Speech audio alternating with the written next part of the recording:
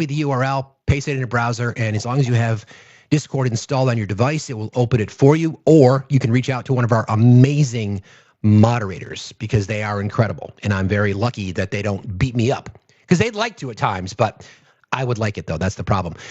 Also, if you wouldn't mind considering subscribing to our YouTube channel, we stream on YouTube and Twitch every single day. Hello, YouTube. Hello, Twitch. I would appreciate you all if you're over there to not use gifts either from Twitch or from the super chat feature on YouTube. Really appreciate that as we are in support of the general strike. Now, a lot of people are going to have to make some decisions today, so do what's best for you. If you can't take the day off, okay, I get that. It's understandable. Maybe just not purchase things unless you absolutely need them. Like if you need gas for your car, of course. If you need food, of course. But any extraneous expenditures, just avoid them today. And then perhaps focus your energy and your time on spending time with your family, volunteering. I'm attending gifting is off today. Yes, thank you, Brooke. I'm attending an Ice Out rally tonight with my 3 children. We are going to cause some good trouble. The plotting is already, they were already plotting last night together. Freaking adorable.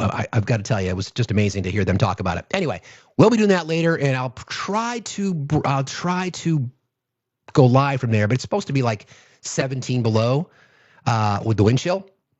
So I might have to wear socks. Last time I tried that, it was difficult to keep the phone warm enough. I'll do my best, but that will be later. I think the rally starts around 3 or so, but I will I'll let you all know. And if it works out and we can go live from there, we will, just to kind of show you democracy in action. So thank you guys very, very much for being here.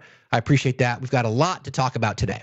So real quick, I think I need to give folks an update on the pending government shutdown. So there was talk last night about Democrats and Republicans coming to a deal to carve out the DHS budget and then extend that deadline to negotiate for 2 weeks, which means they would fund other programs. Seems like that deal did not work. Now, I want to make sure that people understand something. Our focus when we talk about the DHS budget, everybody focuses on Homeland Security and ICE. DHS also has a lot of other agencies that fall under it. For example, TSA, right? FEMA, the Coast Guard, all these things, they're all part of that budget. So we still have to figure out a way to fund those programs by addressing the situation though with ICE. So it seems like the very likelihood that the government is going to shut down, because keep in mind, any changes to the bill that came over from the House that the Senate makes has to go back to the House.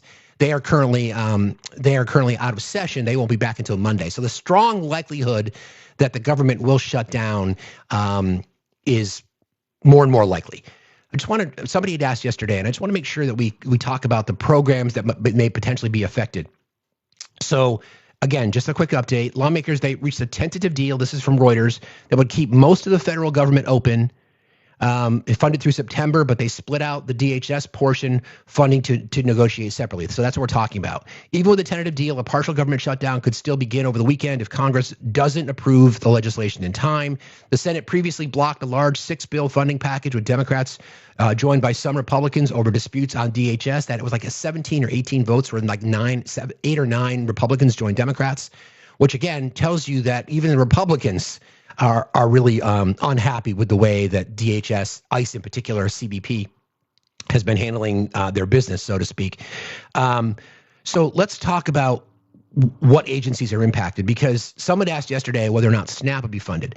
SNAP will likely not be impacted because the last time that they negotiated this, the last time the government shut down back in October, the agreement that they made to reopen the government was to fund SNAP for a year. So that appropriation's already been satisfied. Now, that does not mean it couldn't get a little bit dicey, but SNAP has been funded for a year.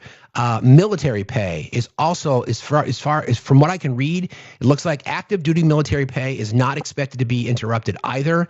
Active duty paychecks like the February 1st payday are currently expected to be issued normally, which I think is good news. Again, back to SNAP, because Congress has already passed the full year funding for the USDA programs, which includes SNAP through September. SNAP benefit payments are expected to continue on their regular schedule, even if a partial government shutdown occurs. This means your monthly SNAP benefits, like February deposit, this is from Politico. This means your monthly SNAP benefits, like February deposits, shouldn't be delayed or stopped simply because of the shutdown deadline lapse. The USDA, which runs SNAP, is funded outside of the annual shutdown process for the rest of the fiscal year, so payments continue as normal. So again, this is something, and you know me, I'm not going to give status quo Democrats any credit, but that is something that they negotiated to get the agreement for them to sign on to reopen the government in November. They said, we're not going to go through this again. We're going to make sure that the military gets paid. We're going to make sure that SNAP gets funded. Republicans agreed, and the government reopened. So that's something that happened behind the scenes. Again, I'm not defending. I am certainly not defending status quo Democrats, but that was part of the negotiation, right? So you can still use your EBT card as usual for purchases as long as there are funds that are already loaded into it. So that should not change. If LAP continues for a few months, there could be complications, but there is funding available through September, which again would be the next round of negotiations. Don't forget, we continue to operate on these continuing resolutions. We just keep kicking the budget down the road. That's sort of what's been happening. So, during the 2025 shutdown, SNAP benefits were delayed and cut in half at one point because funding was not already in place, leading to legal fights and confusion in some states. This experience underscored how crucial advanced appropriations are for SNAP continuity. So again, part of the negotiation Democrats agreed to with Republicans to reopen the government back in November was, we are going to make sure that we continue funding SNAP. Agreed? And everybody said yes. Okay? And then the military. Active duty paychecks like the February 1st pay date are currently expected to be issued normally, even if a partial government shutdown begins. This reflects how appropriations for parts of the DoD have been handled so far. Congress has passed some funding bills, and the pay period cutoff date means the next scheduled pay won't be disrupted immediately. If a shutdown continues past mid to late February, without Congress passing additional appropriations or a continuing resolution, military pay could be at risk, but it does seem unlikely at this point. Congress has considered pay our military type of legislation. Historically, when shutdowns occur, lawmakers have sometimes passed a special measure like the Pay Our Military Act from a prior shutdown era. Excuse me, that guarantees continuing pay for troops during a lapse in funding. In the current 119th Congress, a Pay Our Troops Act of 2026 has been introduced. That would serve exactly that purpose, continuing military pay even during a shutdown, but it has not necessarily been enacted yet. So DHS budget includes, obviously, CBP, Border Patrol, and ICE, but it also covers transportation and aviation security, like the TSA, airport security screeners, federal air marshals, cargo and transit security, disaster response and recovery, FEMA, disaster relief after hurricanes, floods, fires, etc., emergency housing and rebuilding grants, state and local emergency coordination, cybersecurity and infrastructure, cyber defense for elections and infrastructure, power grid, water systems, hospitals, ransomware, and cyber attacks. So there's lots of things that are connected to the DHS budget. So I don't want people to think it's just ICE. They have to figure out a way to fund FEMA.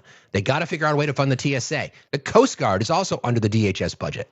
So there's lots of things that are going on in connection to this this latest, feckless cowards in Congress trying to get their job done. So we'll see. We'll watch that today. So as it sits right now, there is no deal. The Senate will be reconvening at 11 o'clock this morning.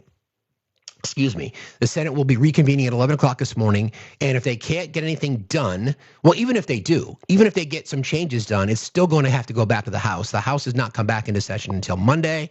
So the very strong likelihood that the government will shut down again. Now, this is like the fourth or fifth time under Donald Trump's administration that the government is shut down.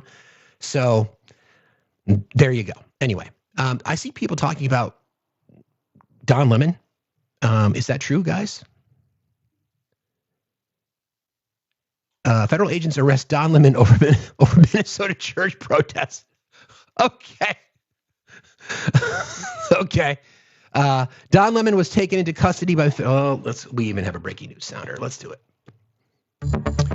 Don Lemon was taken into custody by federal agents last night in L.A., where he was covering the Grammy Awards. Don has been a journalist for 30 years, and his constitutionally protected work in Minneapolis was no different than what he's always done. The First Amendment exists to protect journalism, whose role it is to shine lights on the truth and hold those in power accountable. There is no more important time for people like Don to be doing his work.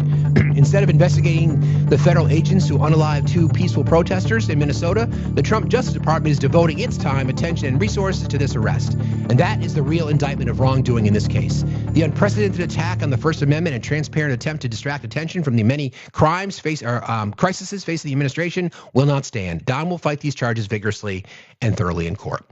What did Don Lemon do? Maggie, do you guys know what he did? He covered the story. That's all he did. He covered the story. He wasn't part of the break-in, as lots of people like to say. Nope. He just covered the story. So in the last 24 hours, the DOJ has basically ignored. Let me back up a second. So they tried to get a search warrant from a judge. Or I should say, they tried to get Georgia election officials to cooperate based on subpoenas to turn over voting records. And the Georgia election officials like, nothing you're asking here is legitimate. Sorry. So instead, they went and they sought a search warrant so that they could go in and take election equipment and voter rolls, et cetera. So that's what they're focused on. Now they've decided that they're going to indict and arrest Don Lemon. For what? And you know what's going to happen? I'm going to predict it right now. It's going to be people on this app in particular that are celebrating it. Hang on one second. Goodbye. Yes, meet me at the Shaw's. Yeah. I love you. Be safe, be kind, be gentle. So yeah. So I think the hypocrisy or the dedication to law and order that we're not seeing from the Trump administration is pretty indicative to what we see all the time. Right? Do they need another distraction? Obviously. So I'm sick and fucking tired of anybody on the right saying that they prioritize or they complain about speech being suppressed, when that is one of the top line tactics from this administration. So anyway, what a joke. By the way, speaking of law and order, it is day 42 of the federal government breaking the law by not releasing the Jeffrey files. It is day 42. I'm glad to know that we can spend taxpayer dollars going after voting equipment from an election that happened 6 years ago and arresting Don Lemon, et cetera, et cetera, et cetera, et cetera. It is the 42nd day that the Donald Trump administration has refused to abide by federal law to release the Jeffrey files. Why is Pam Bondi not being brought in front of Congress under contempt charges? It's okay to hold Bill Clinton in contempt, and I don't give a fuck. Whatever, don't fucking care. But where's Pam?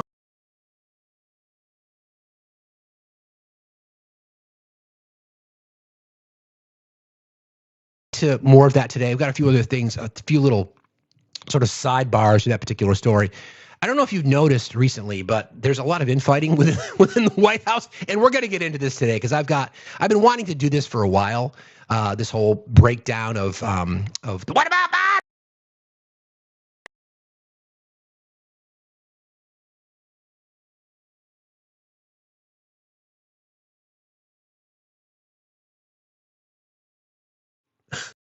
Guys to think about DHS in terms of not just ICE, because yes, that is a big component, but it's also the Coast Guard, it's also FEMA, it's also the TSA, it's also cybersecurity, it's also Secret Service, all these kinds of things that need to get funded.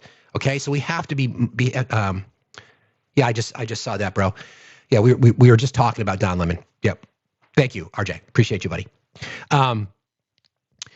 Anyway, we'll navigate through today because the Senate will be back in session at some point, and we'll see if they get that decision done. Like, keep this in mind though, whatever they decide is going to have to go back to the House because there's likely going to be changes, because we know the Republicans and Democrats, I think it was like 20 of them sort of joined together and said, no, we're not accepting the House bill as is, which means it's going to have to go back to the House. So the government will shut down at midnight tonight either way. Okay, let's before we get into our overall topic today, because what I want to do is I'm so fucking tired of listening to the right talk about what about Biden, the Biden crime family and corruption. So I've been working on this for a little while, and I was finally ready to share it with you about how we're going to talk about where Hunter Biden's money came from, how much he was paid, how much Joe Biden was paid, and we're going to compare that to Mr. Trump. And then we're going to ask our friends on the right a question, like, where is the crime? Where is the crime that the Biden family committed?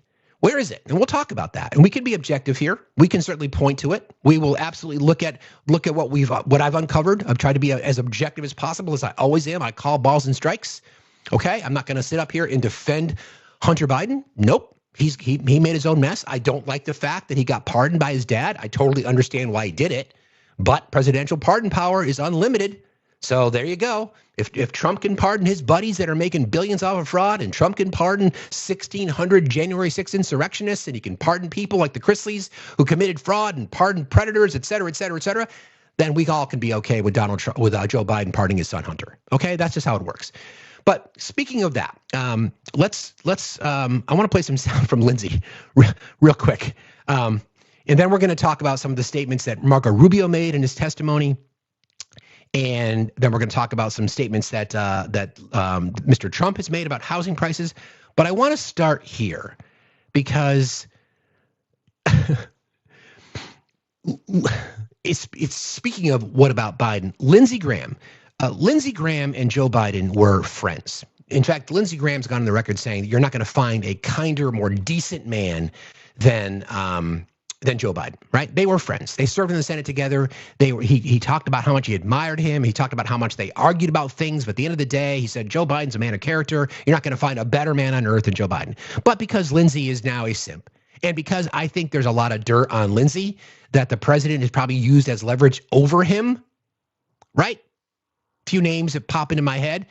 Thank you, Swishy Raiders. Hearts in the chat for Swishy Raiders, please. So listen to what he said about the Minnesota situation. Happened in Minnesota is that Joe Biden, over 4 years, allowed an illegal immigrant invasion of our country. Only God knows who's here. It's created chaos. There's a housing shortage because these people got to live somewhere. Okay. So there's that. All right. First of all, let's talk about the number that the right likes to throw out there. We hear anywhere from 15 to 20 million people that Joe Biden let in. DHS's own records guesstimate there's roughly 11 million undocumented immigrants in our country. Total. So that would go back to Bush, that would go back to Obama, that'd go back to Trump the first time, to Biden, to Trump this time. So again, that's 11 million total across all administrations, presidencies, et cetera. Okay? So they are so desperate to hang a number. And when you ask our friends on the right, to explain it, they of course can't. And then we'll ask them, where did you get that number from? And they can't tell you. So I happened to jump into live yesterday, and the topic of the situation with Alex Preddy and Renee Good. And this gentleman was completely convicted or steadfast in his opinion on what happened to Jonathan Ross. I'm going to give you an example of the power of misinformation. And he said, well, he suffered internal bruising or internal bleeding. And we're like, okay, that could be a bruise. And where did you get your information? And he said, well, it's all over the news. And I said, okay, but what's the source? Well, CBS, ABC, CNN. I said, no, what's the source of that? What's the source? And he's like, well, the government agency. I said, the DHS, right? And he said, yeah. And I couldn't break through. And you guys know me. I try to lead people to the plot. So I said, all right, so you're saying DHS is the source of the claim about Jonathan Ross's internal bleeding, which would, first of all, be a violation of HIPAA, because you can find out if somebody suffered a gunshot wound, but you're not going to get all the details as to what, because that would be a violation of HIPAA. So I said, so DHS puts out the statement that Jonathan Ross suffered internal bleeding, correct? He's like, yes. I said, do you think it's suspicious in any way that DHS, the agency who's under fire for how they handled this, to provide that information? And he said, well, so I should not trust government agencies? I'm like, well, no, I wouldn't. But let me give you a scenario. So what you're saying is if you believe the words coming out of DHS in defense of their own, like investigating themselves, that would be like the wolf outside the chicken coop saying, everything's fine, nothing to see here. Nothing to see here. It's totally fine. And they just don't get it. And what's funny about that is that they were citing news agencies that they've been told for the last 10 years are fake news. So ABC, CNN, CBS, MS Now, they all said the same thing. And I'm thinking to myself, do you suddenly now trust that? This is what happens when you are stuck in this space and you are focused on, what about Biden? So there's that. So I want to go back and I'm just going to play this little soundbite from Lindsey Graham that I just played again. And I want you to listen to this. What happened in Minnesota is that Joe Biden, over 4 years, allowed an illegal immigrant invasion of our country. Only God knows who's here. It's created chaos. There's a housing shortage because these people got to live somewhere. So interesting that you said housing shortage. Well, that isn't really, you put yourself in an interesting spot because yes, we all agree that there's a housing shortage. Here's the problem with that, sir. Your boss doesn't seem to give a shit because this is what he had to say. There's millions of people that own houses. We're going to drive those values up. Oh. People that own their homes, we're going to keep them wealthy. We're going to keep those prices up. Well, we're not going to destroy the value of their homes so that somebody that didn't work very hard can buy a home. We're going to make it easier to buy. We're going to get interest rates down. But I want to protect the people that for the first time in their lives feel good about themselves. They feel like that they're wealthy people. What? And I want them to understand it. There's so much talk about, we're going to drive housing prices down. I don't want to drive housing prices down. I want to drive housing prices up for people that own their homes. As a homeowner, I would love to have my property value continue to rise. And how in housing, once you're in the game, it's an asset. It usually increases in value, which is fine. It's not the point. It's not the point. Lindsey Graham saying we have a housing shortage due to illegal immigration. The same people here, think about this twist, this fucking pretzel logic. Conservatives, MAGA Republicans in particular, say that illegals, they call them illegals, not my word, that illegals are taking advantage of the system. They're not working. They're living off the government. But all of a sudden, those same people are buying houses, which is contributing to the housing shortage. How does that work? How does that work? So Lindsey Graham saying we have a housing shortage due to undocumented immigrants. Donald Trump says, I want to drive housing prices up, not willing to address the fact that we have a housing shortage. Okay, so then I'm thinking, if Kamala Harris had won, where would we be at? And the housing situation is a big one, and I'm going to explain it to you guys in just a second. So based on the statement that the president just made, his focus has been about interest rates. And remember that he talked about this 50-year mortgage where people would just pay more, maybe a lower monthly payment, but a hell of a lot more in interest. Trump has stated, this is from Axios, Trump has stated that buying mortgage-backed securities, about $200 billion, will drive down mortgage rates and monthly payments, which he says will make ownership more affordable for buyers. He calls his housing reforms the most aggressive in history. In 2025, Trump promoted broad housing policy actions as historic efforts to address affordability, including a 50-year mortgage. He says current homeowners shouldn't lose wealth. In remarks this week, Trump explicitly said he does not want housing prices to drop, arguing that keeping prices up protects the wealth of existing homeowners, even if that limits price declines for new buyers. Now, that's not an inaccurate statement, right? It's not an inaccurate statement that we obviously want to keep your property values up.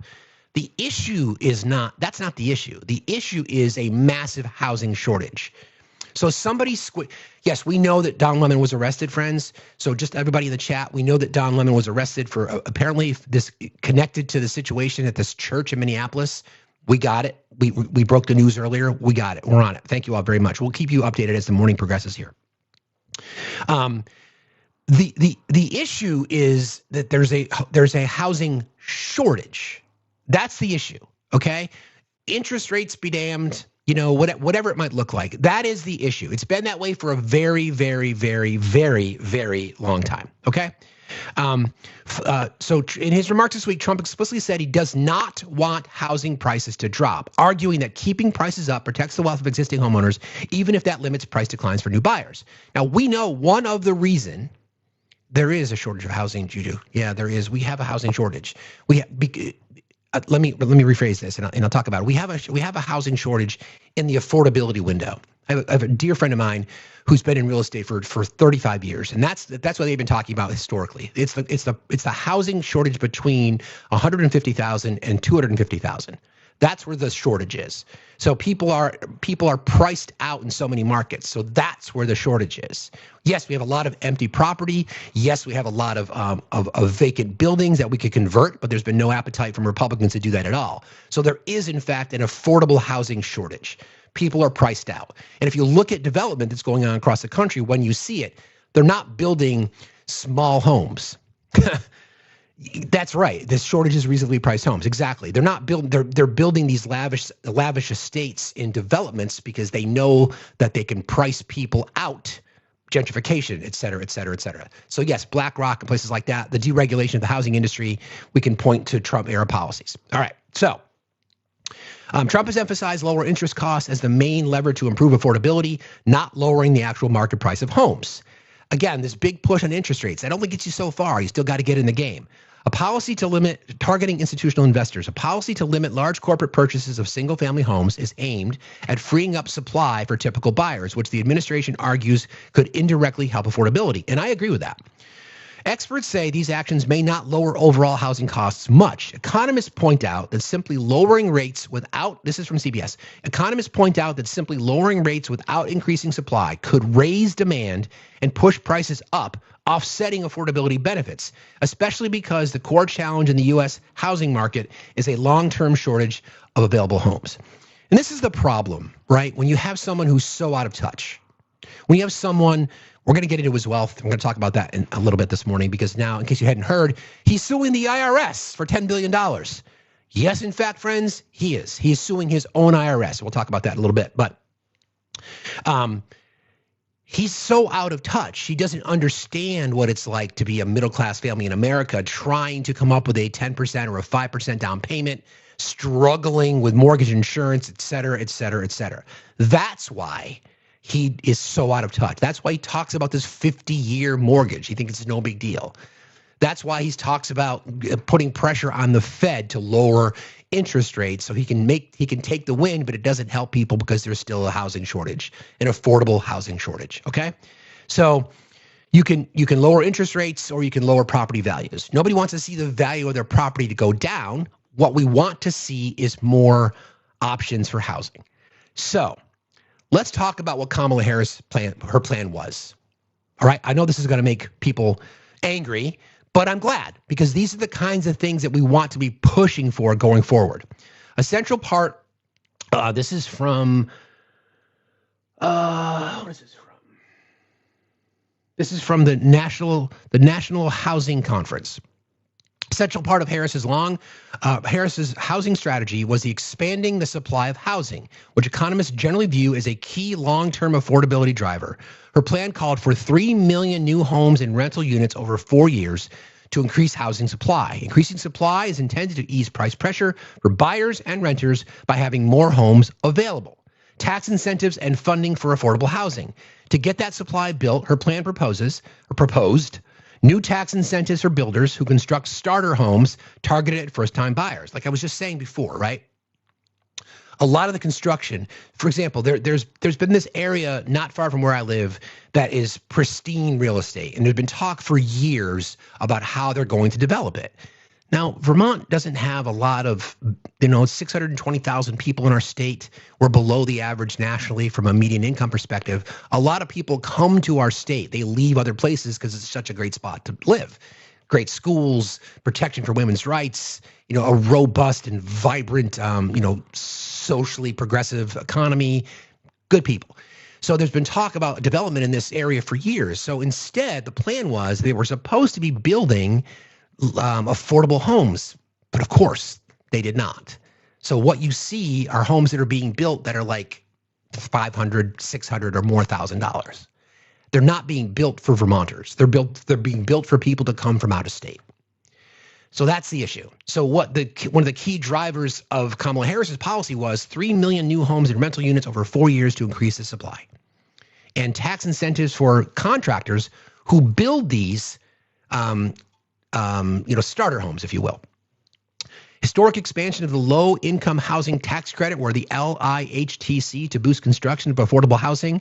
A large $40 billion housing innovation fund to help local governments and developers finance affordable housing projects and streamline solutions. These incentives aim to reduce construction costs and encourage more buildings in areas where housing is needed. Harris's proposal included direct assistance to help people buy homes, including up to $25,000 in down payment support for first-time home buyers, more for first-generational buyers. I think the number went up to $50,000. If you were the first person in your family, to buy a home, I think that number went up to $50,000. Don't quote me on that, but I think it's something along those lines. This type of assistance is intended to make entering the housing market easier for people who can't afford high upfront costs. So that's not what's being addressed currently by the administration. They're just talking about lowering interest rates. That doesn't help people get into the market. If there's a shortage of supply and there's no willingness by this administration to address the housing shortage, other than blame undocumented immigrants, those same undocumented immigrants who in their mind are living off of the government. So if you're living off of SNAP benefits monthly and you're living off of Medicaid and Medicare, how the fuck are you coming up with money to put a down payment on a house? What? What? So no. Yeah, friends, we've got it. I want to let everybody know this. We understand that Don Lemon's been arrested. We talked about that before. We don't have to spam a chat with it. We all know. Okay, the news has already been broken. So thank you guys. I appreciate that. The Kamala Harris solution was to put more inventory on American towns, small towns, suburbia, etc. Her campaign platform also calls for enforcement of fair housing laws to combat discrimination in housing markets, support for 2 specific bills related to rental markets: the Stop Predatory Investing Act to reduce tax advantages for large investors acquiring many single-family homes, like BlackRock. For example, part of the issue, BlackRock and a lot of these large companies coming in and buying up all this property and then either not selling it back at fair market values or renting it out and jacking up the costs for everyone, which is just criminal in my perspective. So again, don't forget, these are laws that don't just affect, blue-haired liberals. The Stop Predatory Investing Act would be beneficial to everyone. Everyone. Also, the Preventing the Algorithmic Facilitation of Rental Housing Cartels Act to address software that may enable coordinated rent hikes. These are aimed at giving renters more protection and limiting certain market dynamics that can push rents up, right? Again, in New York City, although Zohran's going to need some legislature support, he wants to freeze rents so that we don't get in this position where the people who are making all the money can just continue to jack up their prices. Don't forget, a lot of the houseless population can be directly attributed to these rising costs. People just can't afford it, all right? Also, cutting red tape and local barriers. Part of the strategy from the Harris team was to focus on reducing regulatory barriers that slow construction, encouraging streamlined permitting processes and other reforms to speed up development, using federal funds to help local governments remove zoning and developmental obstacles, and by making it easier and faster to build. These reforms are intended to reduce costs over time. Also, Harris announced federal actions under the Biden-Harris administration to address housing costs. This while she was the VP. $5.5 billion in grants to communities to build and preserve affordable housing, support renters, and address homelessness. HUD's Pro Housing Grants Program to help communities tackle barriers to building more homes is part of a broader federal effort to increase supply and lower costs across the states. So you can just see the fundamental differences between the two and how they approach things. What else is there to say other than there was a solution that would have benefited everybody? So what we hear from the right was, oh, I don't want to pay for that. Well, you're paying for it now. Do you understand that? Just like the healthcare argument, you're paying exorbitant fees in healthcare. We're going to talk about the ACA enrollment dropping by 1 million people, by the way, in just a moment. You're paying for the uninsured now. So you don't want to save money because universal healthcare would. You continue to be fine getting ripped off because there's a housing shortage, because a lot of it's being bought up by these black rocks, the same people that advantaged Donald Trump, the same people that donated to his campaign, the same people that prop up Republicans. And you think he's going to solve the problem by telling you, I don't want to lower prices, I want to increase prices. It's the value of your home, right? It's still the single biggest investment you're ever going to make in your life, most likely, right? But there's a housing shortage. And the right's going to continue to try to blame it on immigrants. Why? Kip Snook, stop spamming. Okay, we know. Kip, if you spam again, bro, you're just going to be eliminated. You can laugh about that. That's great, but you don't even know what it was. But that's fine. Take your victory lap. Everybody clap for Kip Snook. Yay, Kip Snook. You made a funny. Yay. Jesus, give me a break, bro. That's it. Thank you. Appreciate you. Hang on. It just goes to show you again how fucking out of touch they are. When Lindsey Graham, who's never missed a paycheck, who's worth tens of millions of dollars, says that the reason we have a housing shortage is because of undocumented immigrants. So somebody explain that to me, okay? So MAGA, explain this to me. Explain to me how immigrants are responsible for a housing shortage. At the same time, in your mind, they are living off the government. So how does that work? If you're living off the government, which means you're getting what, SNAP? What's the number? $300 a month, tops? You're getting SNAP, you're living off Medicaid, Medicare, welfare programs, and you've got enough money to put a down payment on a house? How does that work? How does that work? The answer is, it doesn't. Okay? So we're going to talk more about that because I think it's a really interesting thing. Now we've got these Trump accounts that are coming out this year for children born between January 1st, 2025 and January 1st, 2026, I think. I'm not sure what the number is, but I can find that for you. Anyway, it's absolutely fucking crazy. There's not any attempt at all to address the shortage. Donald, you're a fucking builder. That you brag about that shit all the time. You say you're a great builder. Well, how about use your background experience and build some fucking housing? There's plenty of land everywhere. Go ahead and do it. Build some fucking houses for people. Start the prices at between $150,000 and $300,000. That's the sweet spot, right? That is, now, depending on where you live, housing costs are really expensive up here, right? Like my house, if my house was outside of Vermont, I wouldn't be able to get what I could get for it if I sold it. But right now, it is my retirement. Let's put it that way. It's an unfortunate situation that, again, in the richest nation on earth, we have houseless people. We have houseless people. Guys, I'm going to make this statement right now. I need everybody to stop saying that Don Lemon was arrested, okay? We all know, we've talked about it. Nobody's going to break the news. Please stop. If I see people continue to post it in the chat, we're just going to mute you, okay? Everybody knows, we've talked about it enough time. Don Lemon was arrested. It has to do with the DOJ focusing on bullshit, trying to get the attention away from something else. So please stop spamming it, okay? I appreciate it. Okay. For the last time, I'll just read it real quick. All right. And we can put this to bed. Sorry, I'm just getting frustrated because we've already talked about it and I don't want to go back in time. Here's the statement from Don Lemon.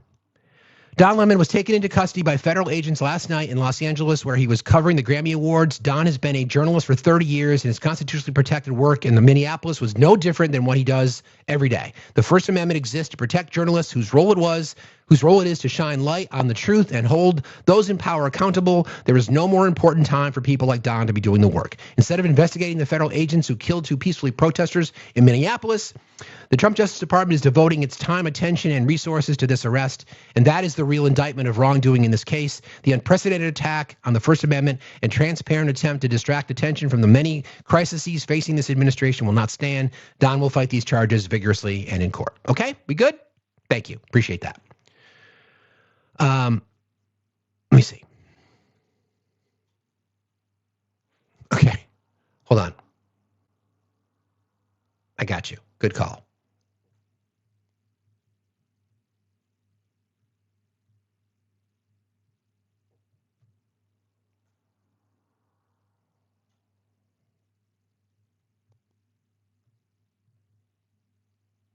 Spelling is hard.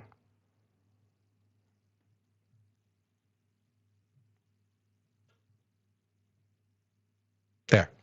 We know about Donnell, okay?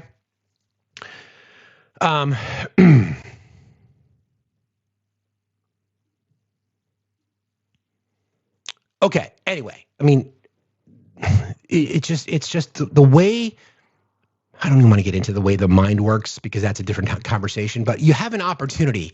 There's so many missed opportunities that this president has. There's just so many missed opportunities, right? So many. You could just be, chat's funny today. What an amazing thing. You could, instead of talking about these 50-year mortgages, instead of talking about these Trump savings accounts, why don't you talk about building millions of homes? You know, bro, you could literally take Kamala Harris's plan and offer it to your base and they will fucking gobble it up and you'll get support for it. It would pass in Congress and there'd be money allocated to build houses. But why not? But you can't do that. You can't do it. You won't do it. What a missed opportunity. So many. Just like I've talked about healthcare in the past. He could call it Trump care. And you could put legislation in front of Congress right now and call it 12. It's the first step into universal health care, and it would pass. And it would pass in a fucking heartbeat. But no, he can't do that because he can't see a way for him to enrich himself. Okay, a few other things before we get into this today. What about Biden? What about Biden? And it is Free Speech Friday, so if you've got something on your mind and you want to talk about it, let me know. And we will dive in. I'm sure we truly get a pretty good crowd for wanting to ask questions on Free Speech Friday. So as they say, the box is open.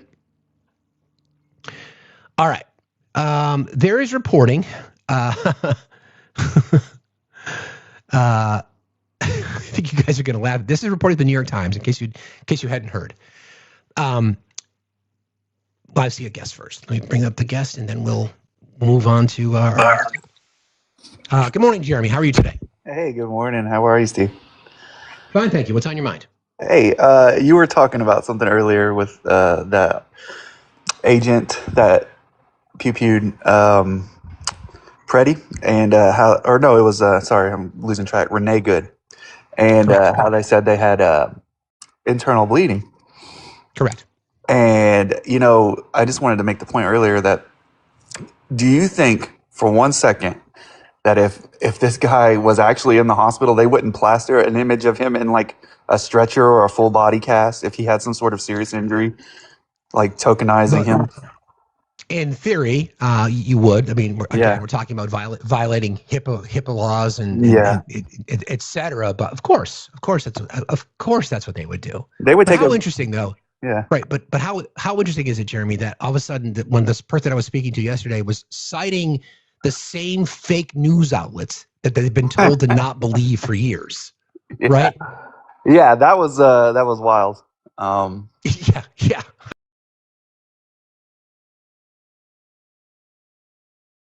I'm running for Congress here in the 5th District in North Alabama. happy General Strike Day for those of you who are participating. The level of hypocrisy. But I have no doubt in my mind, I'm very cynical now, that if he was injured severely of any sort, they would have taken some pictures and plastered him up. You know, they had no problem dehumanizing deportations and you know, with the chains and all the other things that they were doing. So I have no doubt. But why don't you give us your pitch? oh, sure. For my congressional run? Yeah. Yeah. So my name is Jeremy DeVito. I'm a veteran. I was trained in psychological operations. I live in North Alabama, the Huntsville area, and I'm running against a MAGA incumbent. His name is Dale Strong. We have a primary May 19th. I'm a progressive, unapologetically so. You can check out all my videos and how I stand on things, but universal health care. Housing is another one that I'm running on. So I'm very interested in what you're saying here today. It aligns with what we see in our district. Huntsville's, the population here is booming. It's the fastest growing area in North Alabama, and people can't afford homes. And, you know, the homelessness population is expanding, and there's no solutions here. There's none. Infrastructure is not on the cards. Education, we've got tuition vouchers now for private schools. They're underfunding our education. You know, one of the most restrictive states when it comes to AB, and we need to fix a lot of things, but we got to address fascism first. So you said that Huntsville's booming. I know they call it Rocket City, right? That's right. Huntsville, Rocket City. So when the statement I made earlier about what we're seeing for housing development in our country is not being built for in the affordability category. Is that Right. what you're seeing as well? So Yes. as Huntsville grows, but they're not building affordable houses? No, that's An correct. accurate statement? 100% correct. And then the corporations are buying, they've increased their shares here, the investor groups, by about 30%. Home prices over the last 5 years have gone up almost 70%. Wow. Yeah, so it's crazy. I mean, when COVID, that stimulus money hit, people were buying. I live in a newer neighborhood, but what I do now is I drive around looking for houses that are under 200K, because that, you know, it used to be when my parents were growing up, or when I was growing up, my parents were buying their first home. 150K was a nice house, right? And I understand Sure. inflation, but you know, 200K, thinking about how your wages haven't kept up, you know, it's almost unaffordable. And like most people here, there's a wealth gap. There's a really high level of education here. So you've got folks here who are very well gainfully employed, and then you've got a big gap between people who are holding down 2 and 3 jobs, hourly wages, no health care. It's huge. And it's uneven. And it's interesting too, Jeremy, that I'm sure you're aware that policies that would actually help Alabamans, Yep. they tend to seem to vote against pretty regularly. Oh right? yeah. Yeah. And that's the challenge. But people here are like, hey, everywhere you go, people are waking up. They're not as vocal and loud as I would want them to be, but they're starting to pay Sure. attention. You know, maybe we'll see how much is enough. But my anticipation is we're gonna have. I tell people, overwhelm the ballot box, and I have a make no mistake.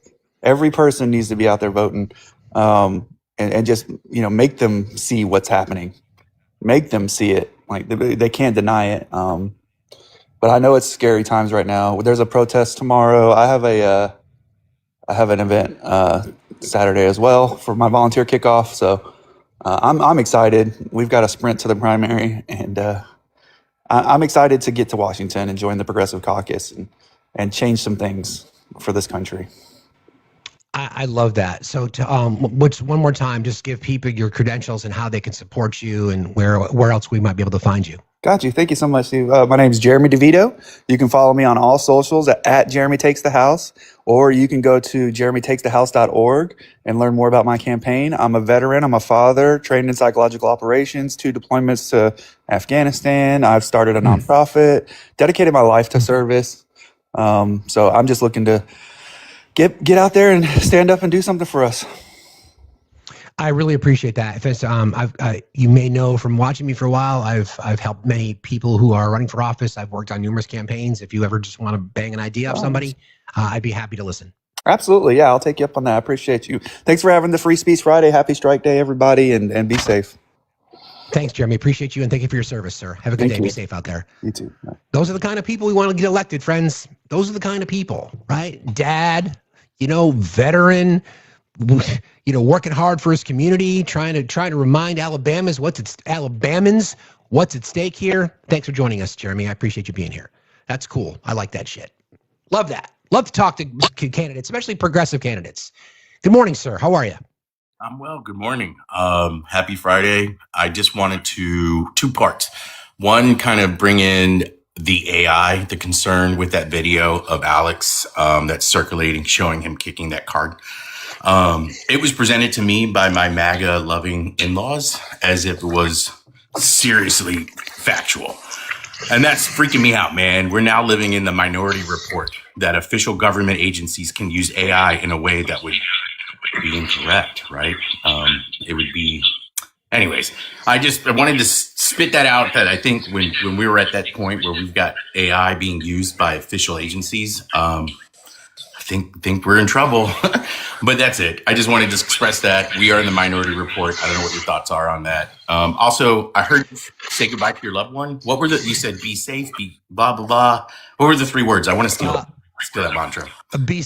I've been saying it to my kids since they were little. It's be safe, be kind, be gentle. Last year for Christmas, they got it tattooed on themselves. Oh, that's kind of cool. Well, you inspired me, sir. I'm gonna run that ripple. I also want to speak for I'm in District 12 of Illinois, and I've just been excited to hear the announcement of a candidate to go against our heavily gerrymandered district. We have Mike Bost as a lapdog for Trump in this red district. And so I'm excited to kind of jump on board, be a support, and just push that through.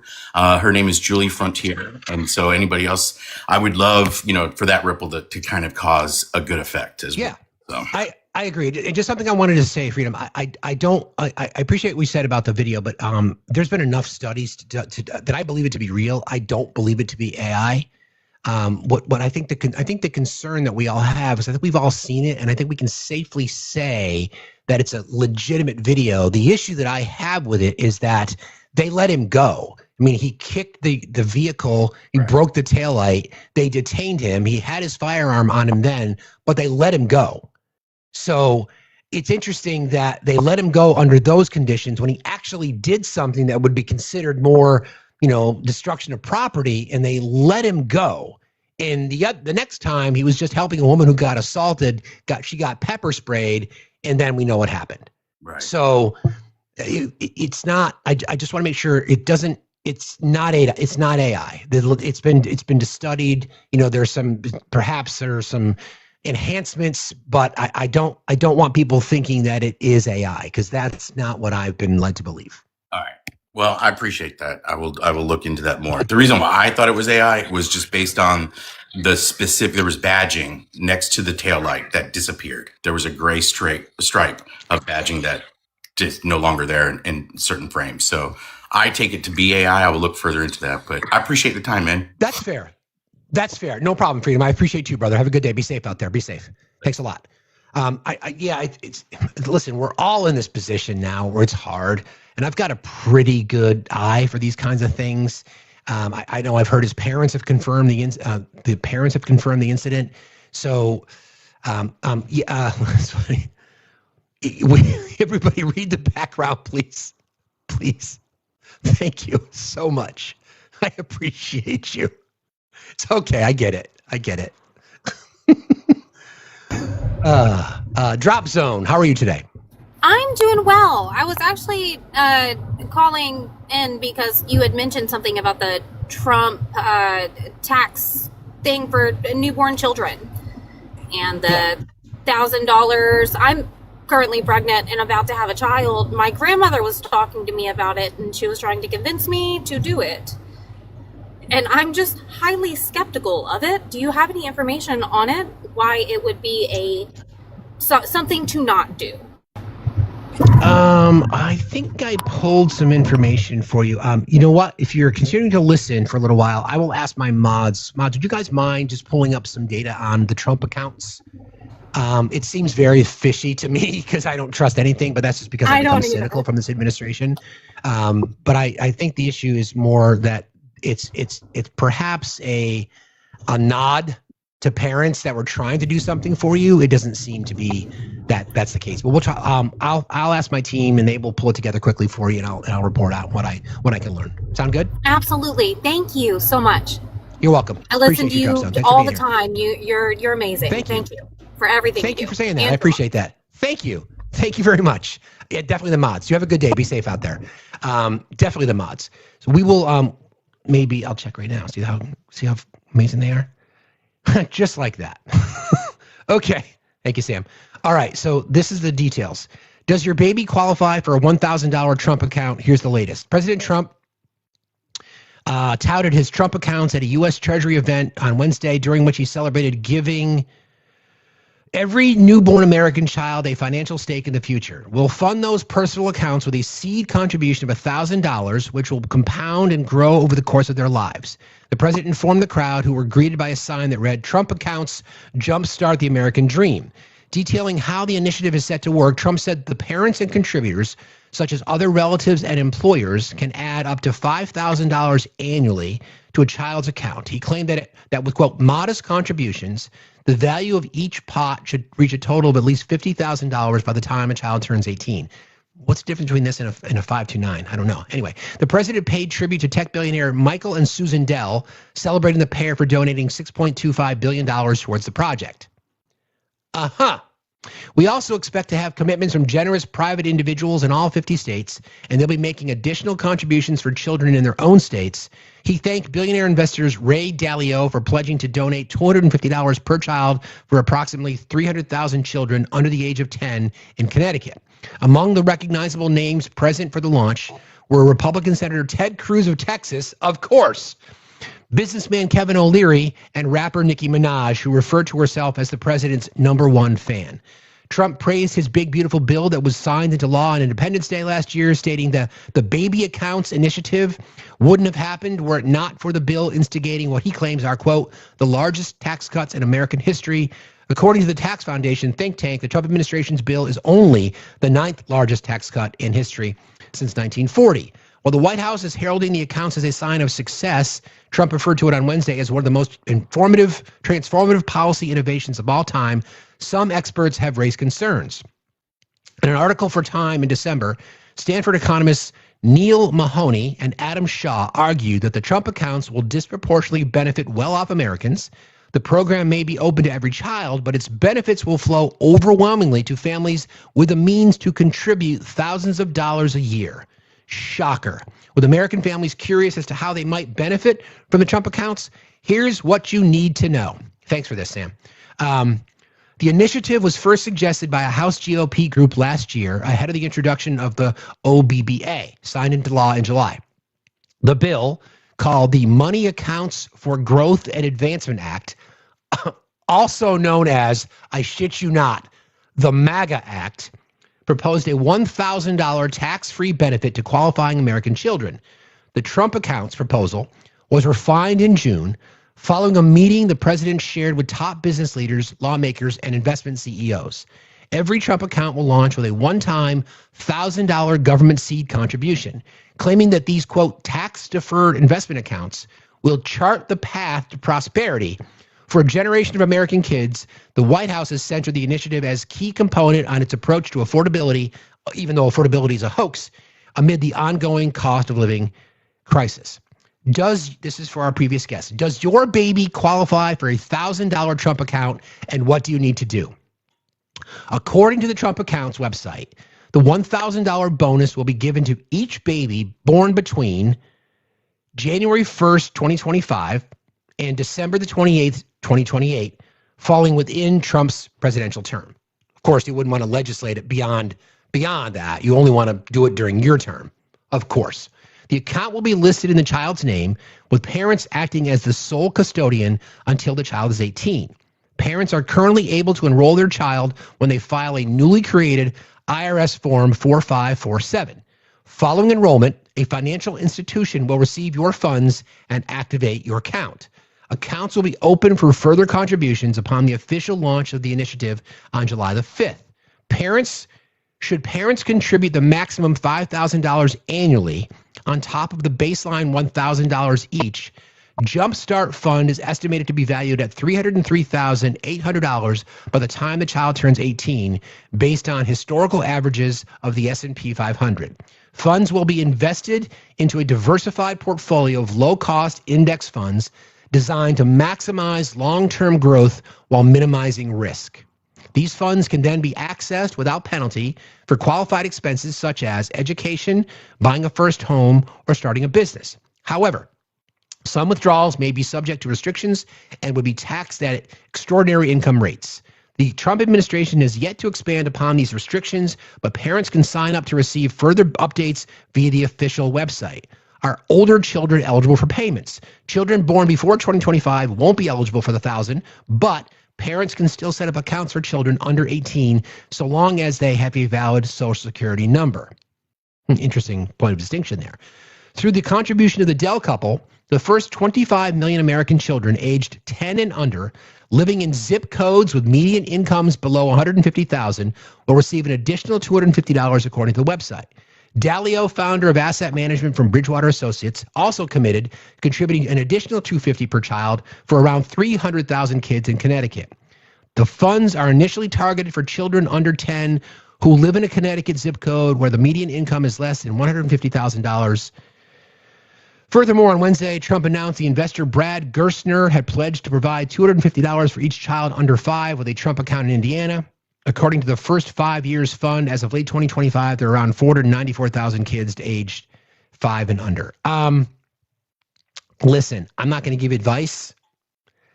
I'm not going to give you advice on this. What I would suggest, if you have an accountant that you trust or a money manager that you trust, I would ask them.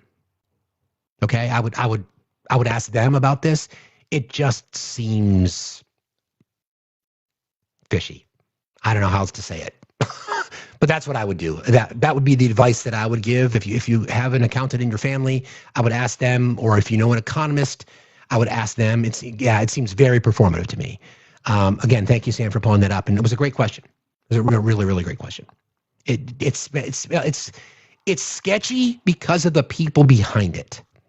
Billionaires, by and large, are not exactly the most altruistic philanthropic groups in the world. Tax write-offs, charitable contributions. Don't forget changes in tax laws could impact this shit. So I just have a hard time. If it's legit, sounds great. But what's the difference between that and a 529? I don't know. Alan, how are you today? Alan? Sorry. Alan! It's okay. Okay, no problem. Alan! Bring up Jen, and then we'll get back, because we got to talk about Luigi. Good Hi, morning. Jen.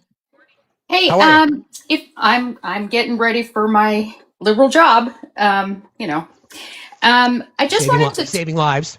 Yeah, no big deal. So, I don't know if you know this, but I do expert nurse consulting for attorneys around the nation for medical claims. But I have so I have friends that are attorneys, and I wanted to just mention something about this video of Alex Preddy from a legal perspective. It really is insignificant. This is what they call in legal firms speculative evidence. It's 45 seconds. We don't know what was happening prior to this incident. We don't know if the ICE agents tried to run him over, if they brandished their weapon, what was said, what commands were given to him, and so forth. And if it would even be admissible in a court of law, it would require the jury to speculate on what was happening prior. It has no legal grounds whatsoever. And the other thing is that DHS doesn't even have a record of this incident happening. And it's inconsistent with the orders that Greg Bovino had given, which was leaked, of his orders that if they so much as touch you, you can arrest them. So correct. Yeah. So just for everybody to know, it really doesn't matter. It's inadmissible in a court of law. It's not relevant to anything that happened the day he was unalived. And so you can let MAGA talk about it all they want, but the fact is that the law matters, and no judge is going to let that into for evidence. You know, and I agree, Jen. And to add to that, in fact, I think it makes the case for the ICE agency even worse, because you could make the claim that it's premeditated. You could say some of the same officers were involved in this. They got pissed off at what happened that day, and they escalated. Yeah. I mean, it just doesn't look good, and they can say whatever they want. It doesn't give them any reason to have done what they did. Like spitting on an officer or kicking out your light doesn't like, that's not the end means for the action, right? It's never going to prove their case that, oh, he kicked my light out. Oh, okay. Yeah, that you're totally okay then. No. Yeah. Nothing. So, yeah. I mean, we're not lawyers. We don't know, but it would seem logical. Again, you're right. I don't want people to lose focus. I don't want to even talk about that anymore, because it doesn't change the fact that he was murdered in cold blood. Absolutely. Doesn't matter what happened. Doesn't matter what happened in 2 hours before, 2 days before, 2 weeks before. What matters is he was murdered in cold blood. Period. Correct. Full stop. And this is just their distraction from taking responsibility, and for the fact that they're what's the word, Steve? Hiding the people that did this. They've already said that they're never going to do it, and they've put them back into duty. So I just think that's harboring. It would seem like it. And again, we're not lawyers, but yeah. I get you. Thanks, Jen. I appreciate you. Good luck on your liberal job. My liberal job. Yeah. Okay. No problem. You very Thanks. much. Have a good day. See you later. All right. Bye. All right. Bye. Good point. Believe again, it is day 42 of the federal government under the Trump administration violating federal law by not releasing the Jeffrey files. But let's go ahead and indict and arrest Don Lemon. Let's go ahead and break into Georgia election facilities using a search warrant and stealing stuff from 2020 because Donald Trump has a hair across his ass because he still can't admit that he lost the 2020 election. That's fine. Nothing to see here. How about a little bit of semi-good news? I'm not sure if you heard this story. Everybody, in case you're just joining us, we do know about Don Lemon. We've turned off the gifting today because it is General Strike Day. So if you want to support the channel, the best way you can support the channel today is to tap like crazy, because with gifts being suspended for the day, it does affect the algorithm, and we need to keep our TikTok masters happy. So please tap like crazy. Please share like crazy. There are other ways to support the channel. If you want to do that, you know how to do that. I would just ask that we don't do it today, that you do it on a different day. So save up your gifts, save up your contributions, and we can get back in the fight on Monday, so to speak. Headline from the New York Times: pizza cutter and a fork. A bizarre bid to break Mangione out of jail. Federal prosecutors said a man was arrested after he impersonated an FBI agent during a visit to the federal jail in Brooklyn, where Luigi is being held. A man was arrested on Wednesday evening after he impersonated an FBI agent at a federal jail in Brooklyn while carrying a pizza cutter, saying he had a court order for the release of Luigi Mangione, according to a criminal complaint and people familiar with the episode. I've got 25 t-shirt ideas in my head that literally just popped out. Anyway, the man, Mark Anderson, fucking love the dude, originally from Mankato, Minnesota, appeared in federal court in Brooklyn on Thursday and was charged with impersonating an FBI agent. A judge ordered him to be detained at the Metro Detention Center, the same jail that houses Luigi, who was charged, of course, we know, with the unaliving of a healthcare executive in 2024. According to the complaint, this is wild. According to the complaint filed by federal prosecutors in the Eastern District of New York, Mr. Anderson arrived at the jail around 6:50 p.m. on Wednesday and told officers that he was an FBI agent with paperwork signed by a judge authorizing the release of an inmate. He was asked for his credentials and provided a Minnesota driver's license. Mr. Anderson then said he had weapons and began throwing documents at the jail officers. The documents were related to suing the U.S. Justice Department. According to the complaint, he was found to be carrying the pizza cutter along with a barbecue fork. America, 2026. Mr. Anderson, 36, had worked at a pizzeria in the Bronx How you doing? On and off for about a year, according to his former employer. In court on Thursday, Mr. Anderson wore a gray fleece and appeared jittery. He shuffled court papers and spoke animatedly to his court-appointed lawyer, Michael Well. Jack Dennehy, federal prosecutor, argued that Mr. Anderson should be detained because of a criminal history that included drug charges and aggravated robbery. Mr. Anderson had 2 open cases in the Bronx, Mr. Dennehy said, including one in which he was charged with flashing a pistol. Mr. Manjone's name did not come up during the proceeding before Judge Taryn A. Merkel, but Mr. Dennehy obliquely referred to the person Mr. Anderson was there to free as a, quote, specific inmate with notoriety, unquote. He's actually very well known, Mr. Dennehy said with a smirk.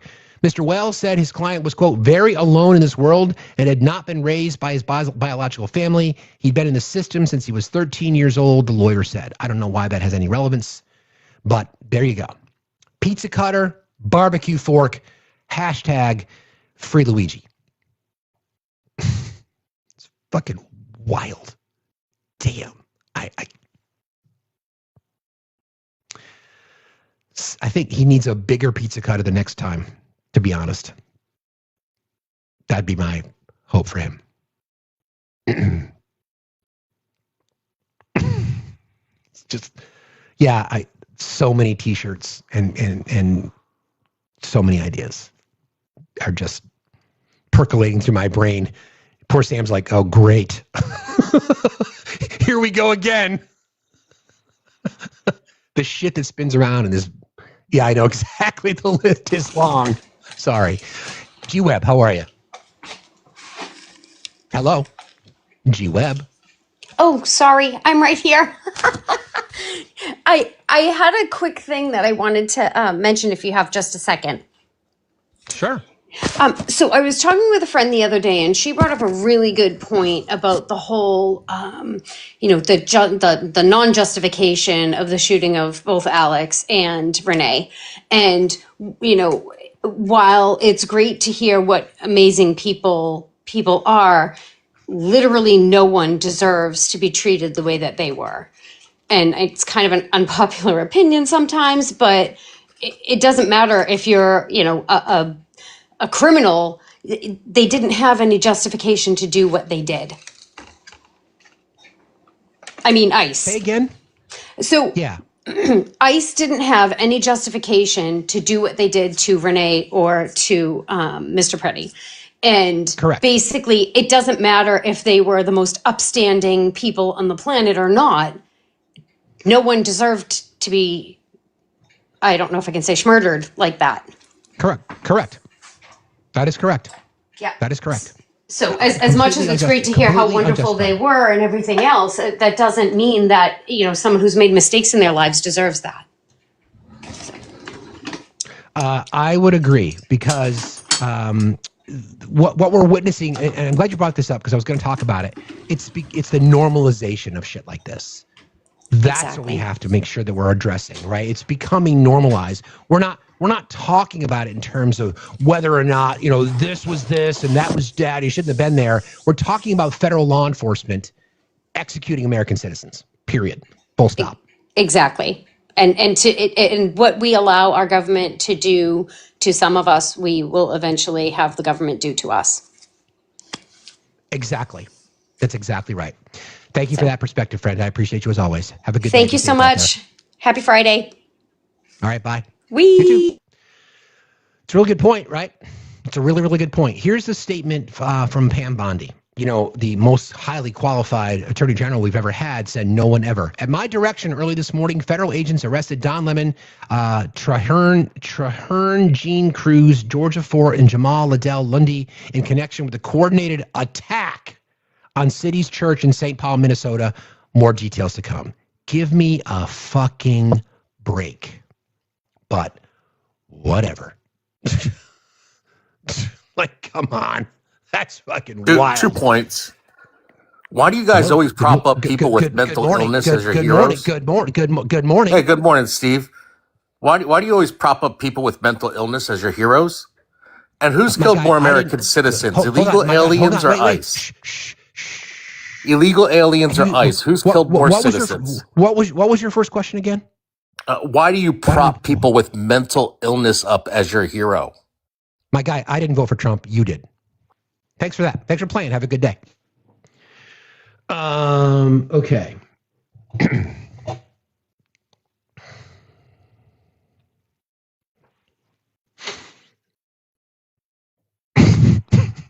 So easy.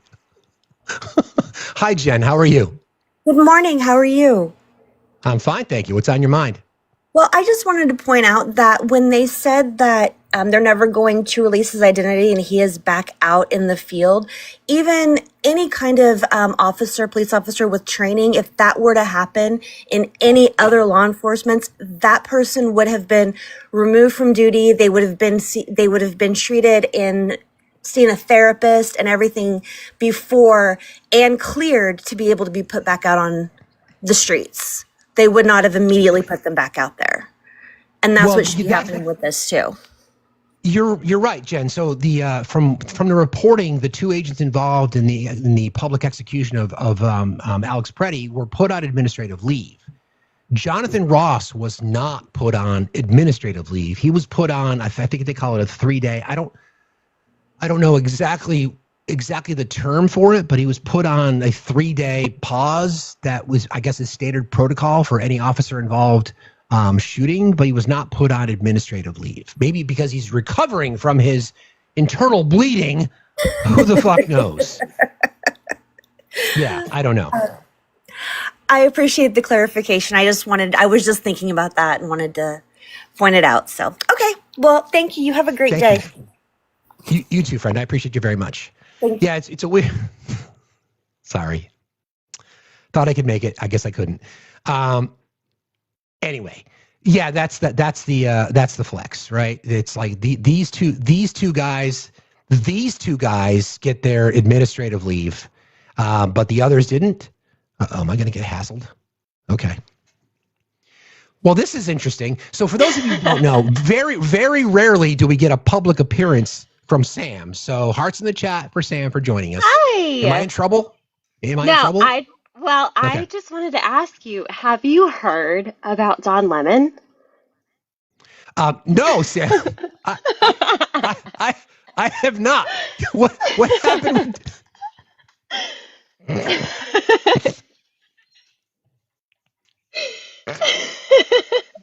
I couldn't resist. I had to. I don't want to make light of it, but we have to laugh once in a while, right? Y'all, look at the background. Please, I'm begging you. Legend does an amazing job of making our backgrounds, and you need to look at them. Yes. Thank you for that. You're welcome. I also Yes. don't drop me yet.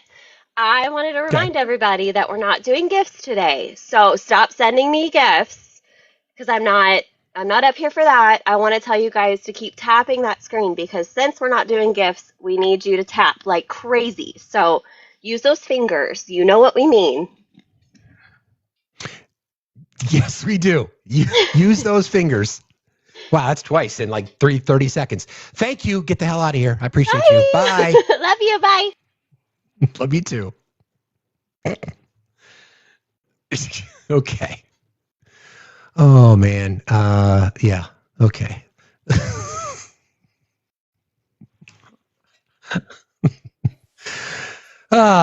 Yes. Good morning. Hello. Hi, Ali Mom. How are you today? I'm okay, but Sam just stole my joke. I thought it was going to be funny if I said it, but she said it funnier. Well, it's okay. We're here. We're here for humor. Ali, I don't know if you've heard about Don Lemon. Really? No, hadn't. Yeah. Yeah. Are you Zen today, Steve? I'm sorry. Am I Zen today? I am fucking Zen today, Ali. Thank you for asking. Nice. I appreciate that. Nice. Thank you. Yeah. I had We all could be a little Zen. Yes, true. Just had a couple random thoughts. I follow you in whatever live I can find you in, including daily here. And thank you. Often when you are debating opposition regarding health or Medicare for all, I wonder what and this might be a rhetorical question, or maybe you remember what they say. What do they think our taxes should go for? Like, why do we pay our hard-earned cash to the government? What should the government provide us from their perspective? It's a great question. They always talk about defense. They don't go anywhere beyond that. They always say, well, we need a strong defense. Like, well, we have the biggest defense budget in the world, and the next 5 behind us combined, and they're all allies. So, right. we can't get them to move past their. I mean, plus the universal health care debate, they don't understand. They think that if your taxes go up, that means you're paying more because not only will your taxes go up, but you're also paying for your premiums and your deductibles and your co-pays, et cetera. So they've lost the plot big time. But I do think you have at least piqued the interest in a few of the opposition's debates I've heard you in. I do hear people starting to really wonder if you're right, and I think you are. So, I think so. I think that part's getting through a little bit. Yes, definitely. The other thing I had a thought on. I don't go to church. I'm not religious, but I've been to church with my mother, and in her church, one thing that stuck out to me that seems like it could relate to your do something movement is, I don't remember what they called it, but it was some sort of test or survey that they gave out to their membership looking for different strengths in different people, and trying to fit people into the right roles where they could make a difference in the church, whether it be visiting members in the hospital or being in the kitchen, providing for the hungry, or, different parts of the church. And I keep thinking of that every time you talk about do something, and all the people that ask you, what can I do? It'd be great if there were a similar survey type of thing or similar quiz or something out there that we could direct people to say, well, if you don't know what you can do, let's kind of list all the options here, or kind of ask the questions on. And I think you do a really good job of that one-on-one in your live, but I think something like that could really benefit a lot of people, because even though you're fluent in all of it, you're kind of put on the spot with that question a lot. And I know hundreds of thousands of people out there are probably asking themselves the same question, what can I do? But anyway, that was just a thought, kind of rhetorical there. I appreciate that. It's a really good question. I think that will be put to the test when we're out talking to people one-on-one, right? When we're out having conversations with people, and we're in VFWs, or we're in parking lots, or we're in bars, or we're in motorcycle shops, or guitar stops, or a Walmart parking lot. I think that theory is going to be put to the test. I appreciate your support and your kindness. I feel like I can do this. I really feel pretty confident about doing this, and so I guess I'm willing to set up a spot right outside the church front doors if necessary. So let's go. Well, come to the Rehoboth beaches, and we'll find a place for you. I appreciate you very much. Thanks for being here. Have a good day. Be safe out there. All right, take care. You too. Bye. All right, bye. Yeah, so it's a good segue for those of you that are just joining us. Thank you. I'm Steve. Factsstillmatter. Go live every Monday through Friday, 8 till noon Eastern time. Please consider following. Please consider joining our team. That is something that will help the algorithm. I know that kind of goes against what we're talking about, but that is really something that helps the algorithm. We've turned off gifting today in support of the National General Strike. And if you can take the day off work, please do so. If you can't, I understand. There's other things you can do. Please consider no extraneous purchases. Obviously, if you need gas in your car, that's fine, but maybe don't shop today. Don't go out to eat today. Don't do those kinds of things. And maybe today's the day that you cancel subscriptions. If you've been thinking about it, there's little things that you can do, those kinds of things. And that kind of brings us to the do something tour movement. Well, we talk about this a lot about doing something, and doing something can be anything and everything, right? Of the littlest things to the largest things. You could be like our guest earlier today. You could run for office. You could support a candidate. You could phone bank. You could knock on doors. You could put up yard signs. You could volunteer in your community. You could help out a neighbor. You could make extra lunches as you leave the house in the morning. You could go to a school and say, hey, I'd love to read to kids after school. You could volunteer at a nursing home. You could volunteer at a daycare center. All kinds of things you can do. I'm going to do that. Plus, I'm hitting the road sometime this spring. Going to be traveling to every Middlesex village and town as I can, every one that I can, and speak to as many people as I can. My target is to have conversations with individuals, primarily non-voters, but that's impossible to predict until you start talking to them, because I want more people involved in our electoral process, because I want to win elections. And I don't want no more excuses, especially white people. No more excuses, no more entitledness, no more laziness, no more apathy. Got to get it done. So more to come on that. So thank you all for being here. I appreciate you guys very, very much. All right. Lots of folks have requested, guys. Probably not going to get to everybody today, but I will do my best. It is Free Speech Friday. Welcome in. Mustache, how are you today? Hey, man. How you doing, Steve? Fine, thank you. What's on your mind? I have a lot on my mind. I'm just going to leave it to two things real quick. Okay. Don't let what's happening right now distract the American people from the Epstein files, or sorry, the E-files. They are correct. Actively distracting everybody from this right now with the Don Lemon, with all his rambling speeches he's doing. Don't let that distract people. That they're obligated by the law to release that, and they're not doing it. Correct. So correct. Don't let that distract you. Day 42. It's day 42. Exactly. Like the Don Lemon, all this stuff is to distract everybody, to talk about something else besides that. And my last point, I'll go after this one, but did you hear Trump's speech about housing last night? I don't know if you talked about that today, but yeah, it was the dumbest thing that I've ever heard a president say. He's all of his quotes are probably up there in the top 5, but that was ridiculous, dude. Like, yeah, you're alienating like a ton of people by saying that. He doesn't care though. Correct. But, I mean, nope. That's just utterly ridiculous to say that. Just pissed me off seeing that on my feed this morning. Totally agree. Totally agree. Yeah. Yeah. I live in Nashville, so we've had a hell of a week. Just never. It doesn't end, dude. It doesn't. Keep fighting, brother. Keep fighting. Yeah. Today's the day. I appreciate you, dude. I appreciate you too. Thanks for being here. Have a good day. Be safe out there. Yeah. For those of you who did, he talked about. I can play this out again real quick. This is his. This is how he wants to address housing in America. For those people, there's millions of people that own houses. We're going to drive those values up. People that own their homes, we're going to keep them wealthy. We're going to keep those prices up. We're not going to destroy the value of their homes so that somebody that didn't work very hard can buy a home. We're going to make it easier to buy. We're going to get interest rates. So that somebody who didn't work very hard couldn't buy a home? What? Down.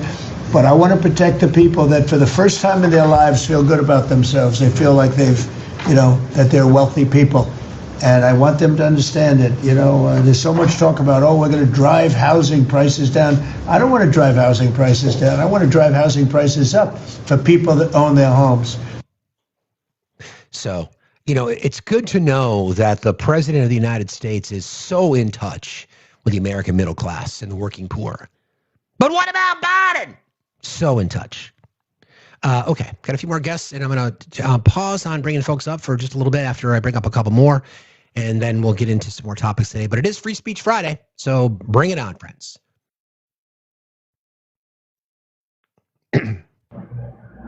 Stokes 411, how are you today?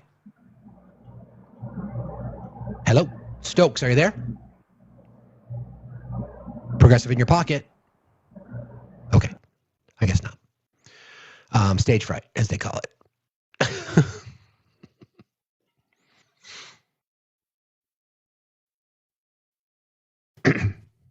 Hi, Cindy. How are you? I am wonderful. How are you today? Fine, thank you for asking. What's on your mind? I just wanted to remind everybody that the preamble of the Constitution contains a mandate of what the federal government is supposed to do. The founding fathers did put that in there. And part of that mandate is to provide for the general welfare of the people who live here. Correct. And part of your general welfare is for you to remain healthy. It didn't say provide for the general welfare and make a profit. Correct. It said provide for the general welfare. Correct. To take care of the people. Correct. So I think it's high time that we start asking them with phone calls, letters, emails, and when they're taking the stage at these places, what have you done to provide for the general welfare? Correct. Good point. Literally in the Constitution, first page. Yes. So, and we will not be buying anything today, and we will be attending the rally tomorrow here in a area where we have a lot of immigrants. So we will be there, we will be out, we will be about, and if you are in southwestern Florida in Lee County, please come out and join us. Thank you, Cindy. I appreciate you for being here. Thanks for saying that. Thank you. Have a good day. Be safe. Bye-bye. We the people, in order to form a more perfect union, to establish justice and secure domestic tranquility, provide for the common defense, promote the general welfare, secure the blessings of liberty to ourselves and our posterity, do ordain as established the Constitution of the United States of America. Thank you, Schoolhouse Rock. I see you, Sam. I get you. Whatever. It's fine. I deserved it. Good morning, Hill. How are you today? Hello. Hey, Steve. I'm doing well. Hi. How are you? Fine, thank you. What's on your mind? Oh, I have a million things on my mind, but I wanted to share a story real quick, just Okay. about something that happened in my little town. So I live in a sanctuary city in a sanctuary state, northern New Mexico, and we have a pretty decent size ski basin here, and we're at a pretty high elevation. Our ski basin sits at like 10,000 feet, and ice has been in my town and in my state for forever, but even before this administration, operating the way that they used to operate, and they're still somewhat operating like that, I guess. There hasn't been any big like issues or illegal what's the word, like operations like we're seeing in other places. But they did roll up to the ski basin day before yesterday, and in like 3 unmarked SUVs, big ones, all blacked out, and they were all masked.